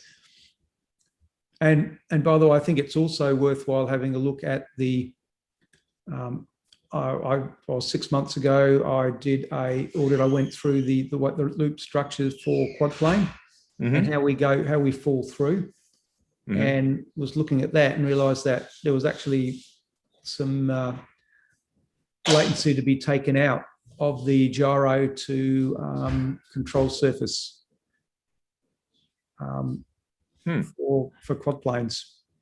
Sorry, as in when I say quad planes, I mean tail. I was talking about tail setters, and that may be one of the things that makes them a bit tricky to tune. Is I think we've got more latency on our rate feedback loop there than we should for a vehicle that can be a bit unstable.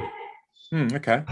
Well, I'd love to look at that with you. There's probably I'm not at my best at the moment, sort of after 3 days of conference and late at night. Yeah. So I don't think this is the right time to dive into that. But another time when we were a bit fresher, I'd love to have a chat about that. And because I'm restructuring quad plane a bit at the moment for this new landing approach PR that I started rebasing at lunchtime. And now that we've got S-curves in, so restructuring of quad plane is one of the things on my, front and center right now.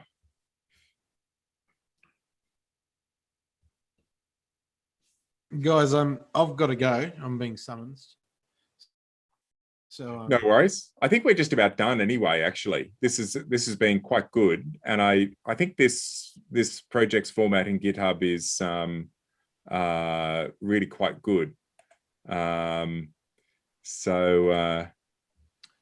I think we can spend a little bit of time over the next few weeks or whatever, just pulling in the relevant issues so that we can track them back into the firmware repo as well. But I think it's more accessible and more visible than the GDoc. So I think that's a good thing. Yeah, I think it's been good. It's been awesome 3 days. Well done, everyone. All right, so I might stop sharing my screen and we'll just wrap up the conference. So thank you all for 3 wonderful days. Really enjoyed it, and I'm really looking forward to seeing many of you down here in Canberra next year. So we have a booking. We've already paid for the pizza, so you've got to come. So it'll be fantastic to see a bunch of you down here. Really, it'd be great to do. I think we should probably try and have it online as well to be able to have people remotely. There'll probably be some countries still that can't fly, or their citizens might be able to fly, but no other country will let them land, is the other possibility. Plus remote, those who just don't, want to travel for whatever reason to the other side of the planet, slackers. It says me, who hasn't traveled overseas for about 6 years. Good ecological choice not to fly as well, of course. That's right. Save your CO2 budget for something else. That's right. I expect you to put some water wings on your Tesla and drive it down here, Randy. So submarine Tesla. Anyway, it's been absolutely fantastic. I think we're going to have a great year, and it's the talks have been brilliant. It was really a lot of new stuff coming through. 4.1 is just going to be absolutely fantastic. So it's been a long haul, and thank you to everyone on the dev team who's pulled together to get all the stuff ready. And so you're going to press the button pretty soon on Rover 4.1 , Randy? I pushed it. It has been pushed. It. I didn't notice. Wow. Oh, it's terrible. Yep. Well, it went out this morning, just between talks. Right. Okay. I noticed. Fantastic. Congratulations. Yeah. So and copter soon, and then plane next will be week. chasing you. And then I'll wait for the UKF bug reports to come in. Yep. And all the S-curve bug reports we just pipe straight to Leonard. It's you're muted, Leonard, by the way. S-curves, there won't be any bug reports. Of course not. No, there are no bugs. Not at all. Yeah. Just undocumented features. That's right. Yep. That's right. Brilliant. So thank you, everyone, and look forward to talking to you in the upcoming dev calls, weekly dev calls, and see you all down here next year. Cool, guys. Catch you guys later. That's great. Thanks, everybody. Thanks, guys. Bye. Bye. Thanks. See ya.